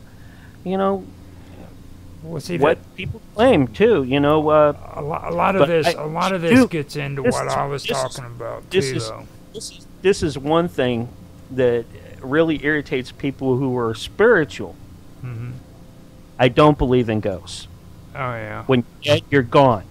yeah. You either go up the ladder, down the ladder, or move laterally. You don't stay. Now, the contradiction with that, or not a contradiction, but to go along with that, each individual that's living has guides with them. They go with you from cradle to grave. They know every aspect about you. They know all your sounds, your mannerisms, everything. you think so? Oh, absolutely. That's just my belief. All right, and they can mimic if they have enough energy, or Yeah. because they are pure thought and pure energy. Okay, they can appear any way that they want, but because they're pure thought and pure energy, they could still have all the manias that you and I have. So they can be schizophrenic. They they could have PTSD because they got really attached to the individual and can't let them go. Okay, that makes sense. And- You could choose and- better friends, dude. Seriously. that makes sense. I mean, I'm serious, but you know, this is how I explain. yeah. It's not grandma that's coming back to see me. All right, Yeah. it Right, might be grandma's. And that's probably why I don't get visits, because I understand how it works. Yeah. My understanding of how it works is different from what they want me to understand it. Maybe. Right. No, Right, that right. that right there though, it also goes into what freaking we've been talking about too when it comes to the freaking whole thing with Al Kendi's and because the thing about him is he did a lot of good research when it comes to like astronomy and he also laid foundations for a lot of stuff when it comes to the physics of life and the behaviors of rays and the perception of colors. And a lot of people don't realize that a lot of that affects us. Like when you're talking about this entity that is pure energy, you know what I'm saying? That has the same kind of behaviors that you have. Can Or Can have the mimic. same. This has to do also with light. It has to do with the behavior of rays and our perception when it comes to color. You know what I mean? What one person sees isn't ever the same thing that another person sees. Like we never Right. see things the same. Right. Really? I was just thinking about that earlier. Seriously. Yeah. Yep. And I really think people have a hard time connecting the dots when it comes to the fact that a lot of things that are spiritual is also physical. You know what I mean? Now, I do understand in extreme circumstances there can be taboo things that happen. Well, you got to understand, Okay. energy is And physical when I'm talking too. about- when I'm talking about taboo things, I'm talking about necromancy. Oh yeah. Oh, That to me is the most taboo thing that there, and probably the worst sin that man could ever one of the worst sins that man could ever dabble with. Now, when it comes to necromancy, though, you've got to be honest, okay? When you hear people, well, you know that there's pharmacology. You know what I mean? You know that there's freaking people that are going out and they're dissecting humans for freaking autopsies. Yeah, Okay, but 2,000 years ago, that would have been. But I'm not talking about putting something in a bottle while using the shell for something else. Well, I'm saying that's necromancy. That's what I'm saying. That's Okay. That's necromancy. They're studying the dead. You see what I mean? That is a form of necromancy, and everybody just accepts it like it's okay. And when it's not, Yeah. according to real religions and theology, it's They even it's tell sacrilege. you, they tell you never shake the hand of an undertaker too in the Bible. You know, back back in the days of freaking the Old Testament, it was not a good thing for any Jew to freaking touch a dead body. Right. Okay, they Certain people could do it, it was and they weren't. And those people were not allowed to touch other people. right. And these are the things that freaking a lot of people overlook. Like, you have to question exactly how much do you believe in the stuff that you believe in. Like, when you say that you're a Christian, do you really understand the implications of what being a Christian is, or being a Jewish person is, or any of these religious beliefs? Do you really understand what those texts are telling you that is sacrilegious to your belief? Like, Right. we live in a world today where everybody thinks, well, this isn't the way it used to be. Well, that's not what your text says. It doesn't say that just because it's the year 2024, you can freaking act differently. That's not what it's saying. Right. No, it doesn't say that at all. So, I mean, that's something that really sticks out to me, when it comes to that. Now, the stuff that I just mentioned, this stuff was written back during those same times. And if you listen to what it's saying, it freaking justifies a lot of the things that are freaking being thought of today. These were writings that were written at the same time that freaking these religions told you that you aren't allowed to freaking touch dead bodies. Yep. And that's what is so amazing to me when it comes to all of that stuff. It just now, like with Al-Kindi, okay, he was a pioneer in cryptography, okay, particularly when it comes to like frequency analysis. Does that sound familiar? Yeah, stuff that Nancy and we talk about a lot with her show. Okay. On the whole. He was a pioneer in that shit. He was doing that stuff thousands of years ago, dude. Yep. Before Tesla. Before any of them, he was talking about frequencies and stuff of that nature. He had a manuscript, I believe, on the whole thing, and he also did what was it? There was something else. He was into freaking the rays. I know that. He applied Pythagorean principles to music, and he believed that it had a therapeutic effect on the human psyche. Okay, and that was the part that freaking I was wanting to get into whenever Sonia showed her guitar and everything, because that's something that a lot of people don't discuss either, about vibrations in the guitar and how it has a therapeutic effect on your psyche. And that's been going on for eons, Right. because you can even look at Vedic records, about how they even use like the crystals to make certain tones and frequencies, and healing with tuning forks and things like that. So I mean, this isn't new stuff. And Sound crazy. have you guys ever heard of this new? Well, since I brought up the facial recognition the last time to kind of irritate Mark, I wanted to bring this up too, because this is good shit. Have you guys ever heard of Vocaloid? Oh yeah. Okay, now Started out Miko Hatsune, and then Yamaha is the only one that really has the name. All right, Vocaloid. There are many different voice sets out there that are not made from Yamaha, but they cannot be labeled as Vocaloid.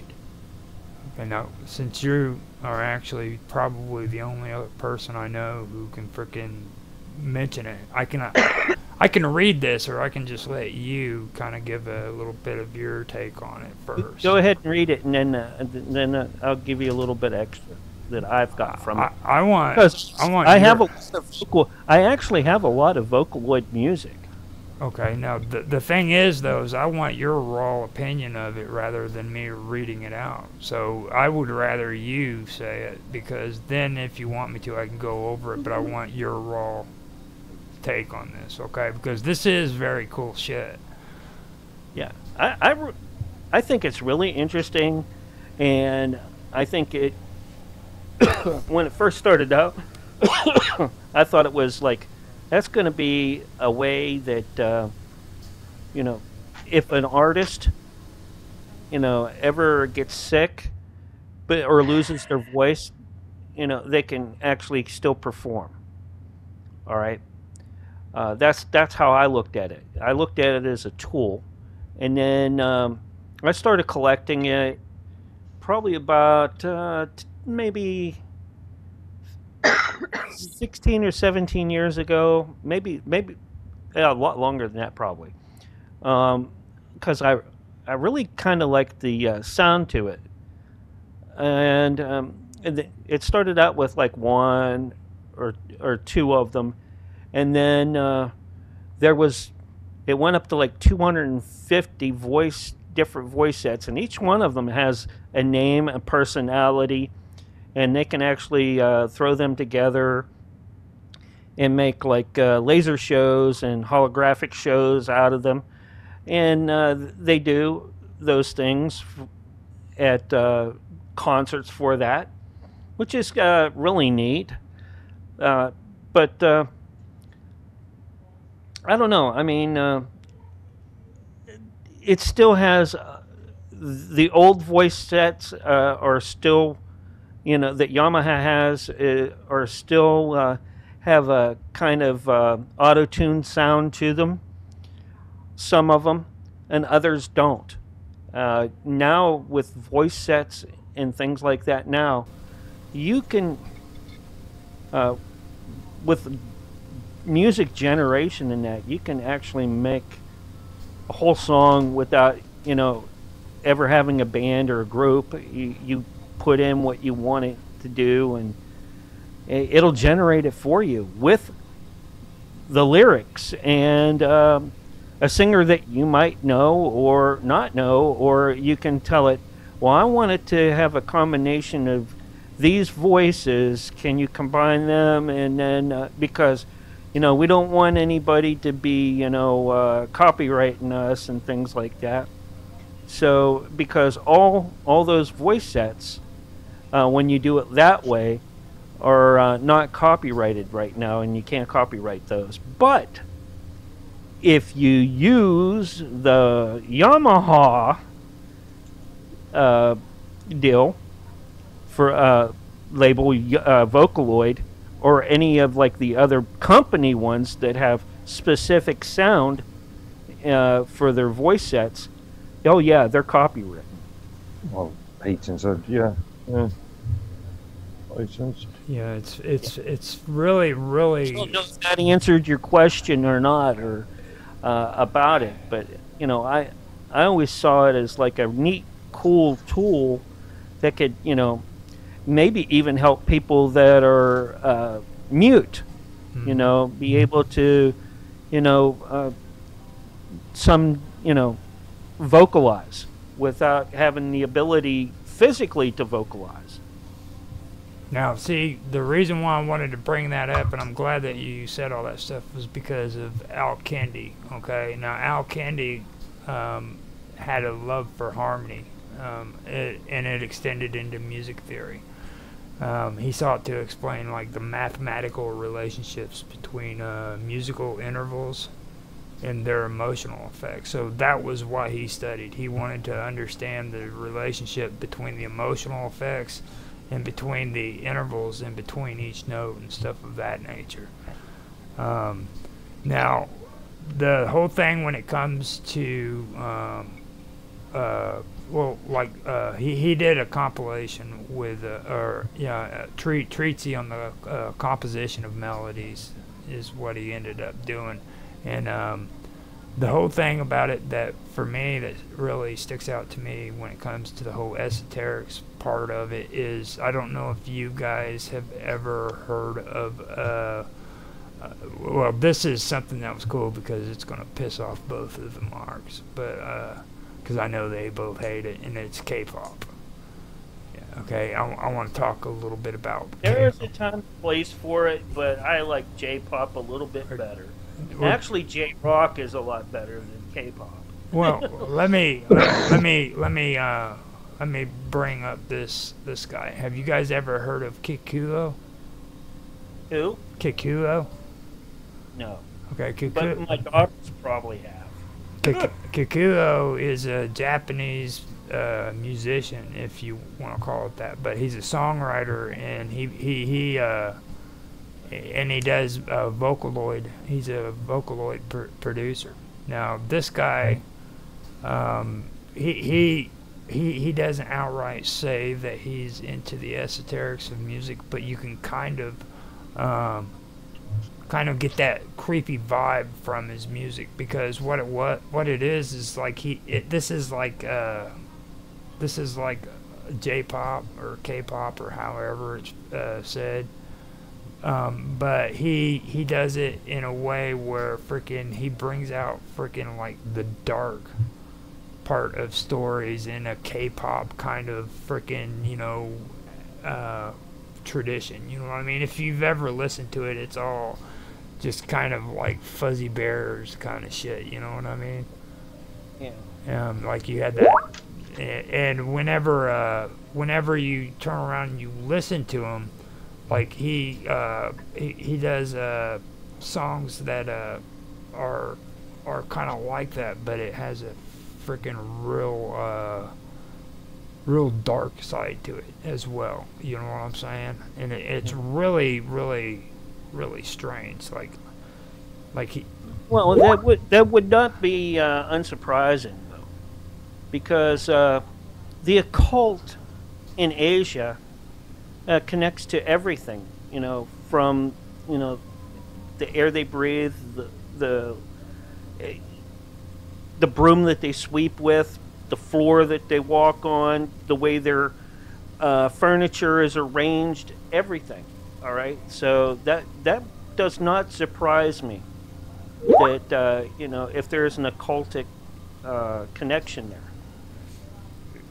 And I keep trying to remember or try to find the guy, but a long time ago on Facebook, this guy was like a music professor in Japan, and he used to do video streams on there where he would talk about freaking music vibrations and how freaking it was associated to what were they? They were the sons in the Book of Enoch, the ones that taught the world about freaking music, metallurgy, and all that. You remember that?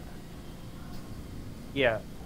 Well, he was talking about how music from that time period was introduced into freaking music of today, and he really did a really cool piece on there. And I'm still trying to find out who he is, but I haven't been on Facebook in like a year and a half, and I really don't want to go on there. You know what I mean? So that was what really got me interested in the whole music aspect and the esoterics, So with that being said, I mean, I think freaking it's time for me to shut up and let you guys talk, especially when it comes to music and how you guys think that affects people. What do you think, Mark Edworthy? You've been real quiet. Well, music does affect people, but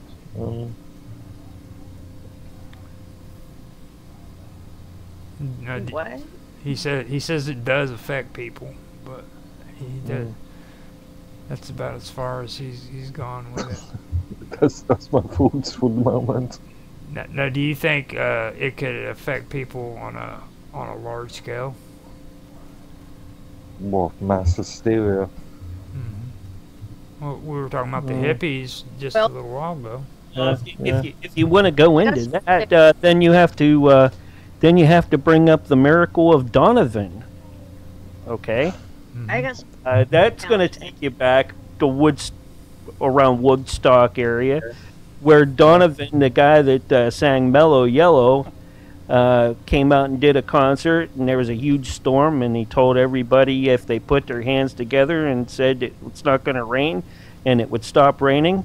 They did, and it stopped raining, and they had a concert. coincidence, I would say. Right, but the people. I think they labeled that the phenomenon of Donovan. Okay, Oh, what's your sweet. Thank you, Mark, for contributing that. I had no idea about that, and that makes perfect sense because that's how it works. Now you were That's a great example. you were getting ready to say Has an something. impact on like reality. You were getting ready to say something before you kind of. Yeah, I was. It had with bells, and all the bells were destroyed. Like they were apparently, and this is not that like any history we get handed is even real. I mean, who knows for sure? I wasn't there that I can recall. Sometimes I can. I'm sure people can. But my point is that they destroyed all of the bells and in churches and just gigantic. We're talking about the gigantic bells, like the ones that are like gongs. They're like huge bells, and the sound that came from those bells, because they would ring like throughout at the same particular time. Apparently, this is what I'm getting. That it would like and these sounds, they would go through and they would heal anything that needed to be healed within everyone that heard the sound.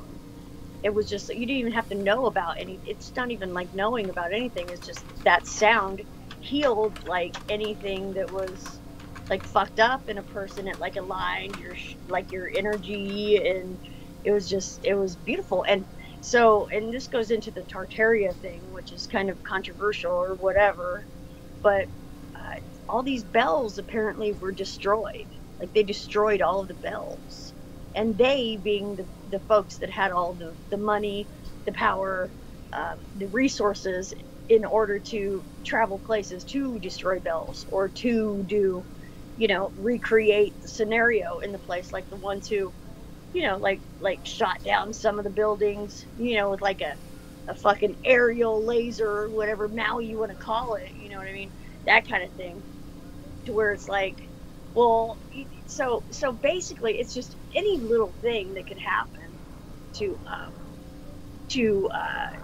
prevent humanity from ascending, because that's the whole point, because then there will be no food resource going on if humanity is, it's not only will there not be any food resource going on, but annihilation is another thing that they're looking at. Actually, that's actually happening right now.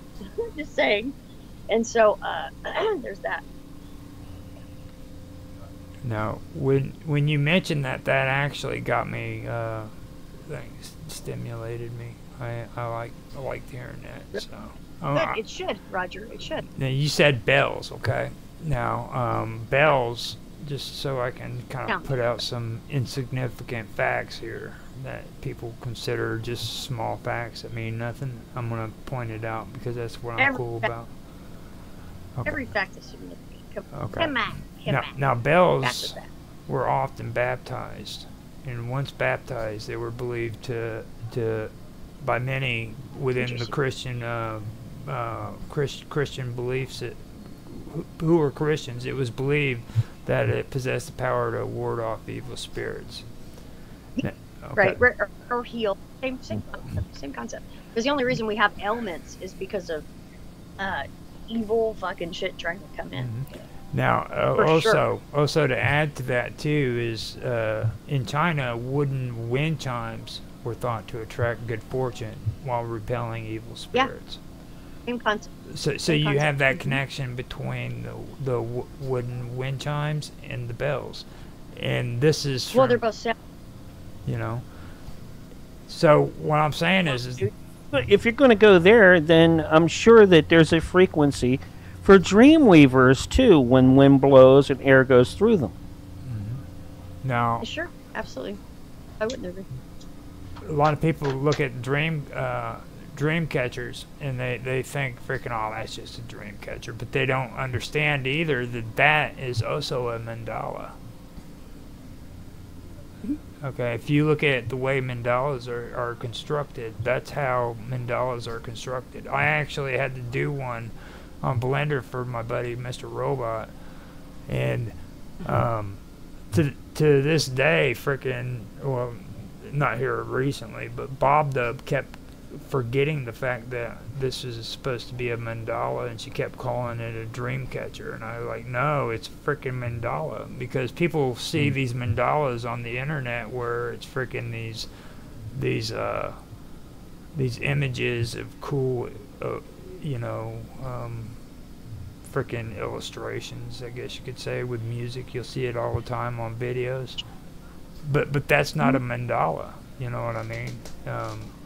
Not necessarily, no. It might be like an offshoot or a retarded cousin or something like that, but it's not like a mandala. It's not like a real mandala. No, it's graphic effects is what it is. You know what I'm saying? It's the result of this computer graphics effects that are being introduced to you visually, where you're actually seeing it being done, and that comes back to another. You know, that comes back to another thing about technology and the esoteric and the freaking spiritual aspects of things. People don't connect that. You know, they just see a cool mandala image with music. You know what I mean? Usually it's an audio visualization that people use it for, but yeah, that's another way. Among a myriad of ways that people can be coerced or manipulated is through just visual imagery, especially mandala type stuff or whatever. And besides just that, just people being manipulated, it's almost like a perversion of the actual mandala, like itself. You know what I mean? Mm-hmm. Like that concept in of itself is being like perverted into, like, I don't know, porn or something like that. It's like porn for whatever. Porn for people Buddhists. who are like, yeah, I'm just fucking with you, Roger. There. No, I mean it is. It's porn for the Buddhists. Like the one thing I have a real bad issue with is when these people freaking bring up samsara. Like freaking, it's just so real and everything. And for me personally, I feel that samsara is just a justification for people who want to be lazy and live the lazy life. And well, it could be for some, but samsara is nevertheless, even though maybe bastardized samsara, it's still samsara. It's still that concept that they're referring to. Well, you know?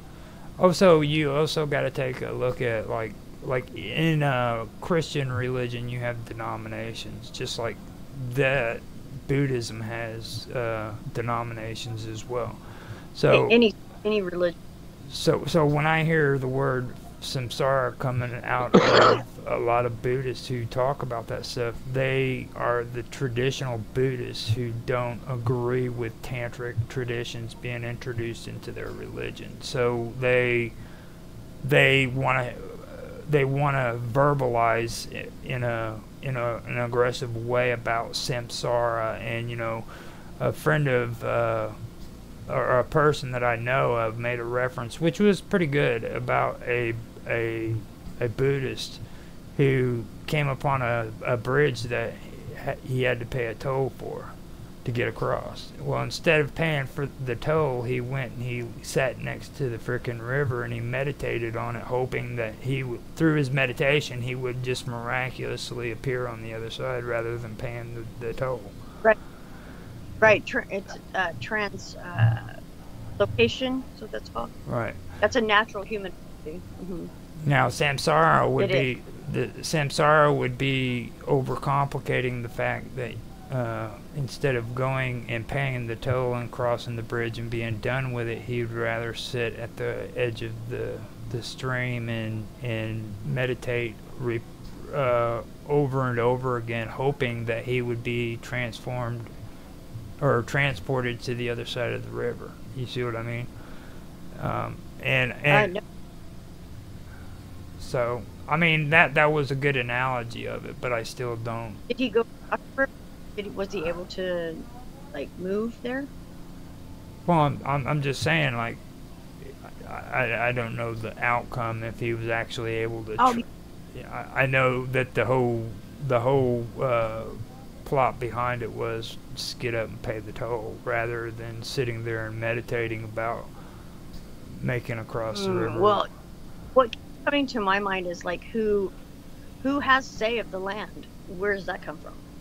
You know, and if you look at from that perspective, it's like, well, no one has say in the land because this is our land. Everyone, each individually, equally. So toll, you can stick your toe up your ass, kind of thing. You know what I mean? Just sit around and meditate. I mean, I get it. You pay the road, and there's a road to get through and stuff like that. I mean, I get it. Like, you should be compensated for that. That makes sense. And that's where friendliness comes into, or barter, or whatever you want to call it, to where you're just like, hey, you did this, here you go, because I appreciate you for doing this thing, for figuring this out for everybody. But ultimately, if that never even happened in the first place, then people would have to look to their own innate abilities of, like, transforming or translocating or transmutation or whatever. Right. And I think the things that go on in this 3D arena has to do with negating those. It has to do with, like, blocking those. Just like cell phones. We're telepathic. Everyone's telepathic. That's just how we are born that way. Is how it works. Yeah, it's been like compounded with fluoride and, like, shit in the air. That's a whole other story, by the way. But there's a lot of things coming at us that block this innate ability to be telepathic. And one of them is, well, if you give them cell phones, then they're not going to. Not only do they not know about their telepathic abilities, they're not going to even know about them or exercise them or be able to exercise them. It's like preventing it from that, because they can just call somebody. Let's just call somebody in the first place. We don't have to, like, have a telepathic thing going on, and that leads to communion, or like to unity is what that leads to. Mm-hmm. If telephones never came about, Roger, okay, if they never came about, we would be still relying on our, like, innate ability to, like, find where we're supposed to go or who we're supposed to talk to through that innate ability. And that would, like, even grow more and more and more and more, because we would be using it. If you don't use something, it's not gonna grow. Mm-hmm. Right? So with telephones coming along, people shut that off. It was like they were able to shut that off, that part of them that they didn't even, like, consciously really even know about so much. I mean, maybe so. So they shut that off, and then they're having to, like, they have this technology where they can just, like, hey, how's it going? Call somebody, even though it's still coming through so strong. And you all know this, Mark, number 2, and Roger, is that, like, when you're fucking hanging out, and you're like, ma'am, I'm thinking about this friend, yeah, and we're gonna have a great time this weekend or next weekend or whatever. You're just thinking about it, and all of a sudden they call. You know why they fucking call? That's the whole innate telepathy coming through, because that shit. That's how it goes. That shit. You know what I mean, Mark? You know what I'm saying? This is, like, undeniable. Now, for me, that has to do also with synchronicity, and a lot of people have issues discussing. There's no such thing. There's no such thing as freaking coincidence. You know what I mean? Like, there's not. And shit happens for a reason. All of it. So whether it's sucky or whether we actually have team life, bro. I know. I seen that. Team life, bro. I'm here for the fucking team of humanity, bro. Okay. Man, that's why you gotta hop in the fucking van, Roger. What the fuck? She's on fire. She is on fire. So yeah, my on fire. Yeah, you fucking bet, dude. What other way is there to be? Right. How can you not even be that way?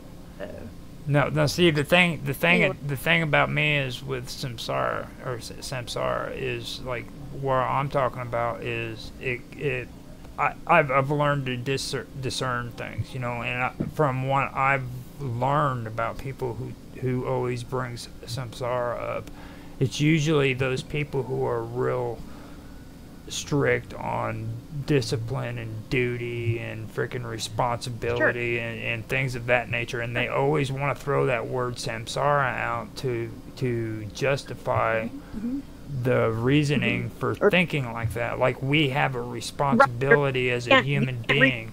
Or unless you're like the way that is, yeah, I get it.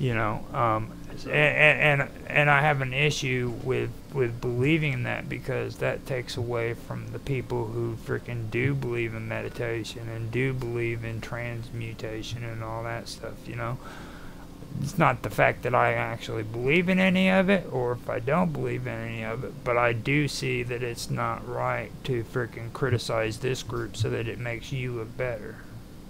You know? Right, exactly. So That's how the manipulation of one small part of the way humanity has been manipulated over the eons is through that type of thing right there. That's just one little part of it. There's many other avenues you could go down. Like for example, now we have TV commercials that will really just shut off somebody's way of looking at things or their perception of things in one way or another. And it's dire too, because it has to do with, a lot of times it has to do with their health, like their ability to be healthy and to even feel good. Because I'm sure when you don't feel good, nothing else matters. There's nothing else that matters except for feeling better. So, they take advantage of that sort of thing, which is actually it's very sinister to me, because, the whole thing is like turned around in the first place. That's not even why it even happens in the first place. But there was one other thing I wanted to say, and call exactly what it is at this point in time. But I'm sure I will at some point in time. This right here, what you were just talking about, is what I just read out about Al-Kindi, and he had a groundbreaking freaking work that he'd done in frequency analysis. You know what I mean? And this was well over freaking 2,000-3,000 years ago, almost 3,000 years. You might be prophetic in what you're saying as far as groundkeeping goes, because there are things such as gatekeepers who place themselves prominently in a profession or a science, to where they the ultimate knowing of that particular science or area of knowledge, to where after they present themselves in that manner, no one else really questions it after that, because they have presented themselves. And there are those who actually do discover something and are like, hey, this is what's going on. Usually they get shut down by the government or whatever. However, they're like, those are gatekeepers, if that makes any sense. Well, they keep the gates of... Well, the gatekeepers would be the ones shutting them down, though, wouldn't they? Yeah. The gatekeepers are the keepers of knowledge that shut them down. Here, it's like David says, hear no further. And this is a recent David type of thing, hear no further, and he's absolutely right. I thought you were talking about the King David. I thought you were like quoting out of the Bible and David, shit. I do know a little bit of King David stuff, and I don't know about that from the Bible. I know about that, I think, from fucking experientialness, because King David's been coming up for me a lot lately, and I do know a little bit about that, about the Solomon things and stuff like that. And I'm not sure exactly what I know until I'm prompted to, like, if you ask me questions about it, I might be able to figure it out. Book of Psalms. Yeah, I'm talking about like King Solomon, like the dude who had all the like demon codes or whatever. That dude, like Book of Enoch. Who had all that shit going on. And there's really a lot about that to be discussed, I think. Actually, I would love to do a video with you on that, because that's a little too hardcore for people on YouTube to handle. I don't think they could handle something like the Book of Enoch and things like that. I mean, Enoch is like related in a way, but not so much, I guess. I mean, I don't even know how it is. Apparently I have been involved in this sort of thing, like in a past life or something like that. And I really don't know how it's like how it is here, and so I can't really tell you that. But I do know that I know a lot of stuff about it, and I even just first heart, like first heart coming up.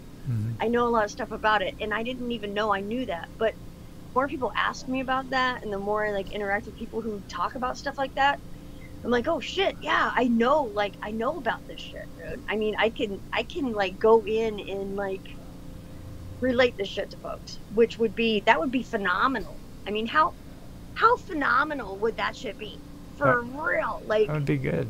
And I'm glad you're actually thinking that way, because like me and Jaffe and even Mark's told you, freaking, you know, you need to get more into this stuff and start doing it, you know, because you got a lot of good information that people need to hear. That's why I wanted you on here, because like you're blowing it out of the water right now. Ask frickin' this Mark number 2. What do you think, Mark? Which Mark? The other Mark. I would say I'd say Mark Edworthy if I was talking to you. I know your last name, but the other. Mark Edworthy is number one. Yeah. He'll always be first in my heart. Mm-hmm. You know, I mean, there's no way that would ever change. But what do you No think? way. I mean, I really don't know.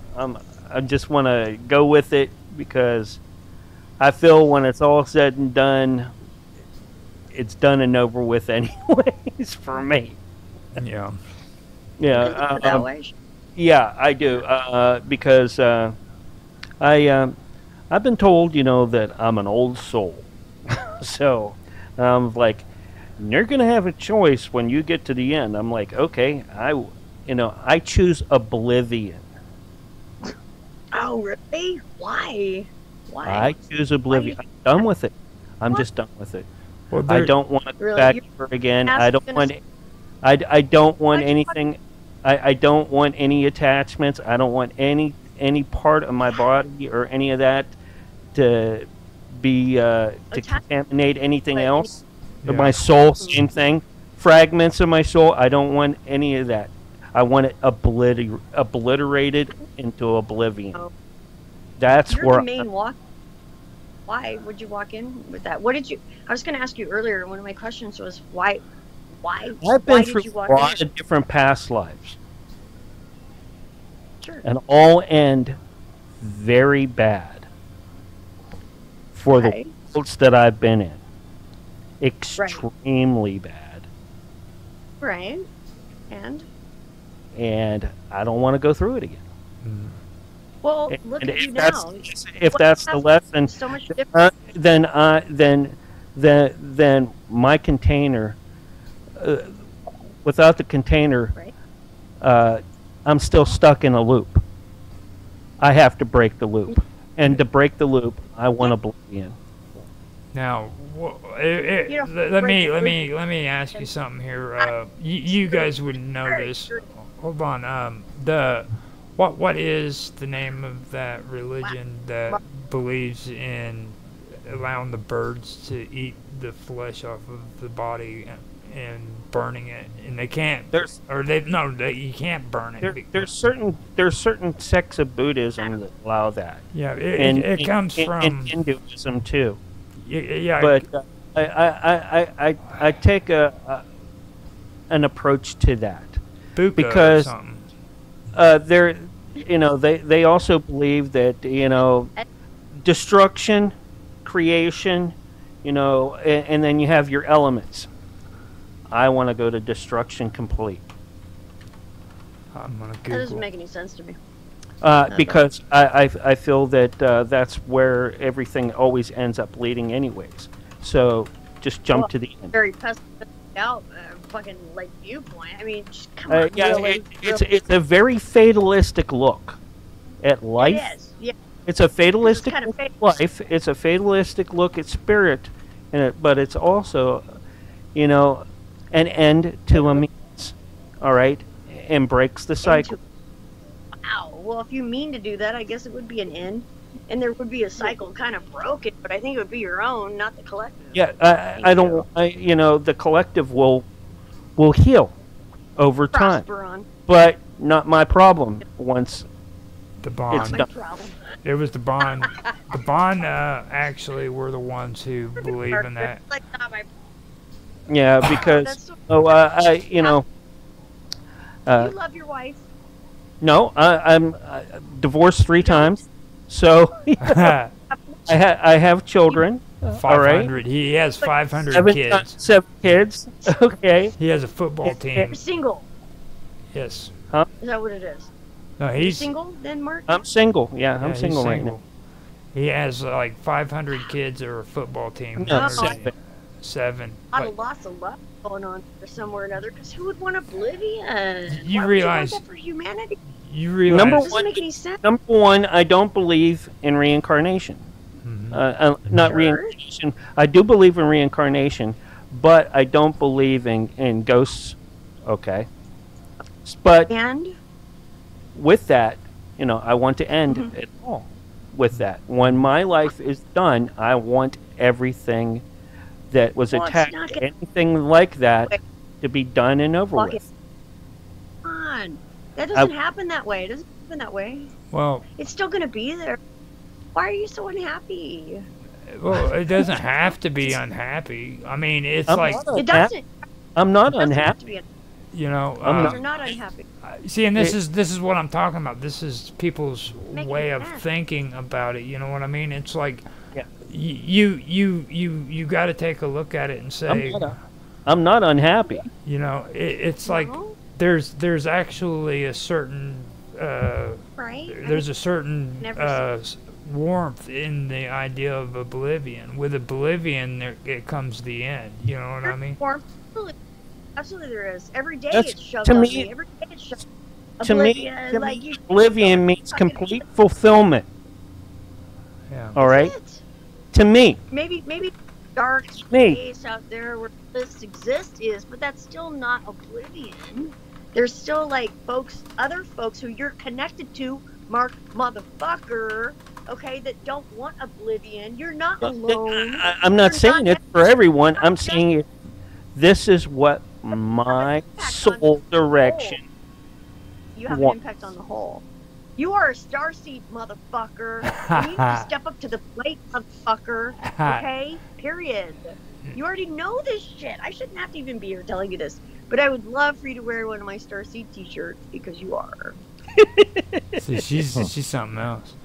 Now, see, this is the whole thing that gets back into the whole samsara shit. It's where freaking you have to be careful and not try to say, look, man, you have a responsibility as a starseed. You know, I mean that right there. No, he does. No, I mean And starseed. This is the whole They know thing. that- Like, it goes down that path where there's expectations that are set on people and you have a responsibility because Yeah. You know what? I when I was in Moo and when I was in Atlantis, I rejected it March, then. that's where it comes from then, dude. Me and you, we were bros in Moo, period. And that's probably where I know your ass from. And I've rejected it ever since because Maybe so. I was the Maybe- last one of my type, at the time, Maybe- and I said Mark, enough is number enough. two, Maybe you have been through enough experiences in your existence, time, whatever you want to call it, from then till now. If you even want to see the linear part of existence, I don't want to see which it. is That's I not know you don't want to. me. Have you not experienced things from then? Have you not experienced things that allow you to let go of that like? No, whatever happens with that irritates me more and makes me want to, push it along even quicker. Really?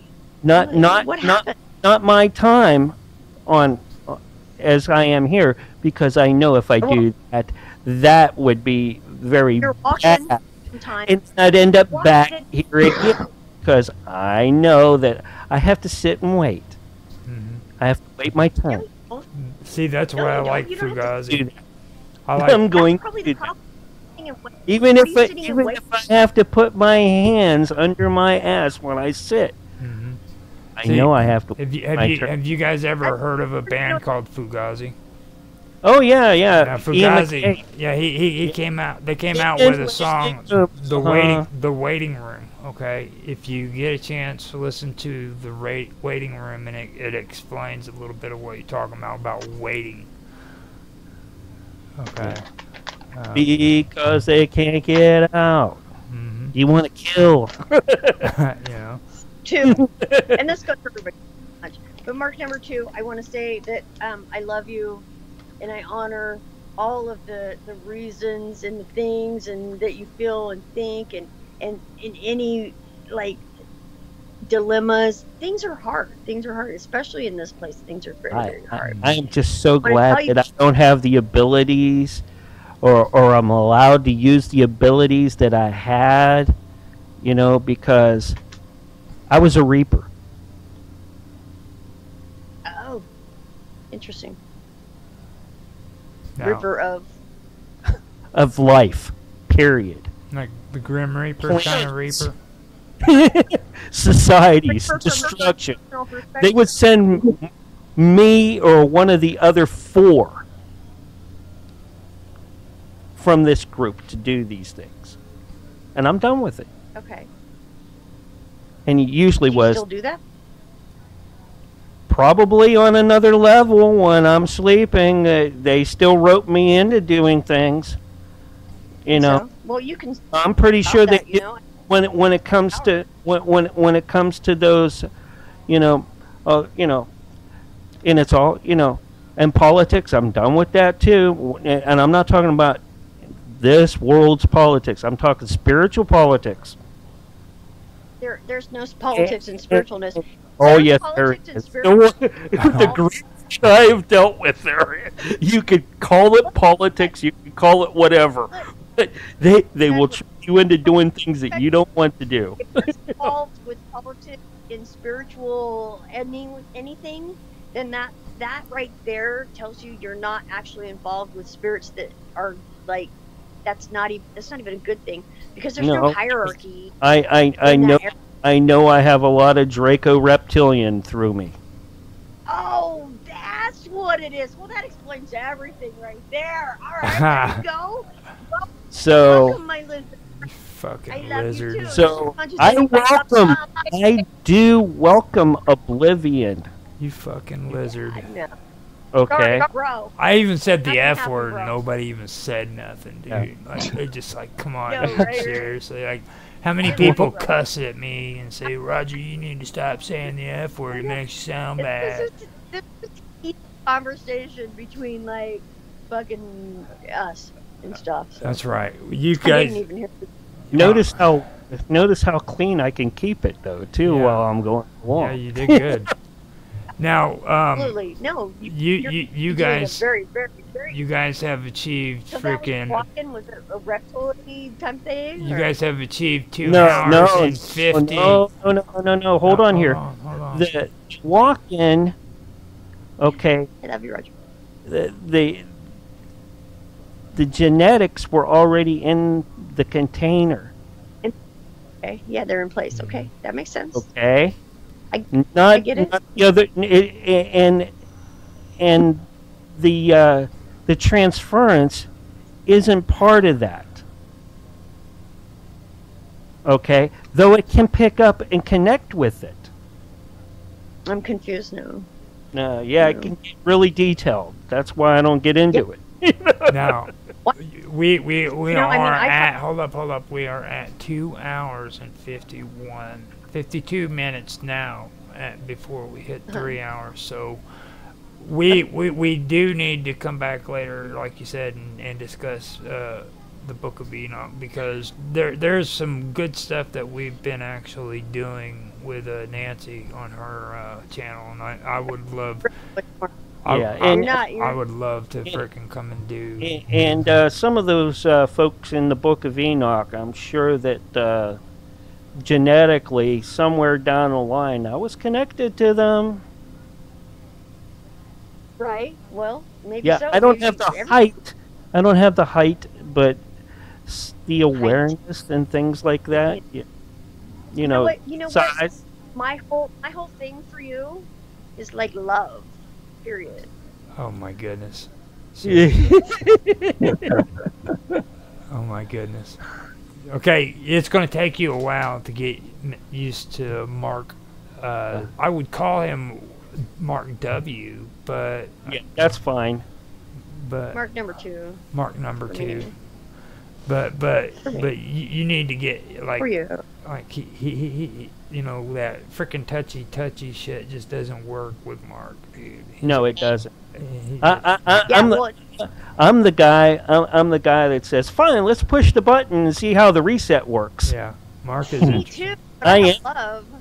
Yeah. And it's not about love. It's just to see where it will go after that. You know, So Yeah, well, 'cause that's it's uh, love, Mark. That's why I send you love. that Fucking you know, Mark okay, number so two and so shit. so before we go, I want you guys to freaking go around and tell everybody how they can get in touch with you because My good friend. we'll start out with Mark W first, and then we'll go. oh, look out, cats, dogs, and kids. You can get a hold of me Look out. by looking up Look out. Dragus Especially cat. Productions at gmail.com or anywhere you can find Dragus Productions, where you can find all my hosts as well as Dragus.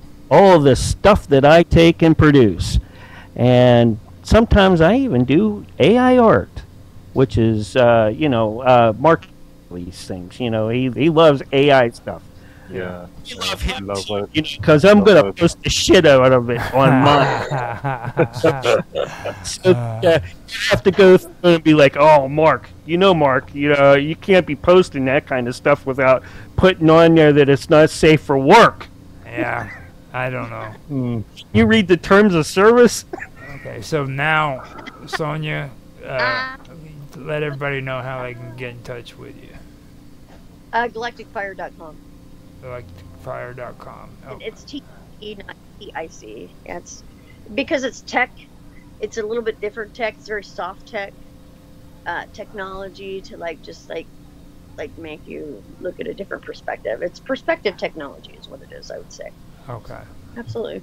Okay. Now, Mark Edworthy, give everybody your socials. Not nice and simple. Minds.com, Medworthy. There you go. Simple. Minds.com.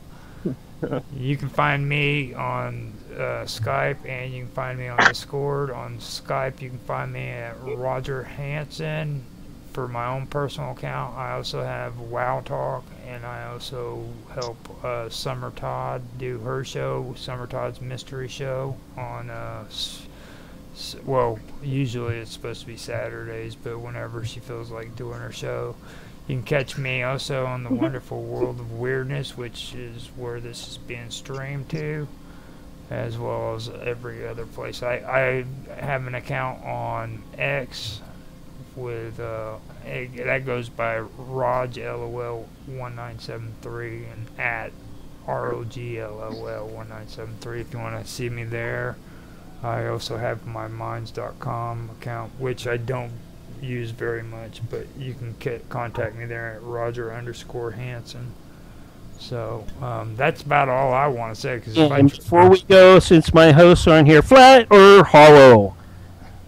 I'm a hollow, dude. I mean, I don't believe. I agree. Never flat. I don't. I don't even like women that way. Anyways, let's wrap it up.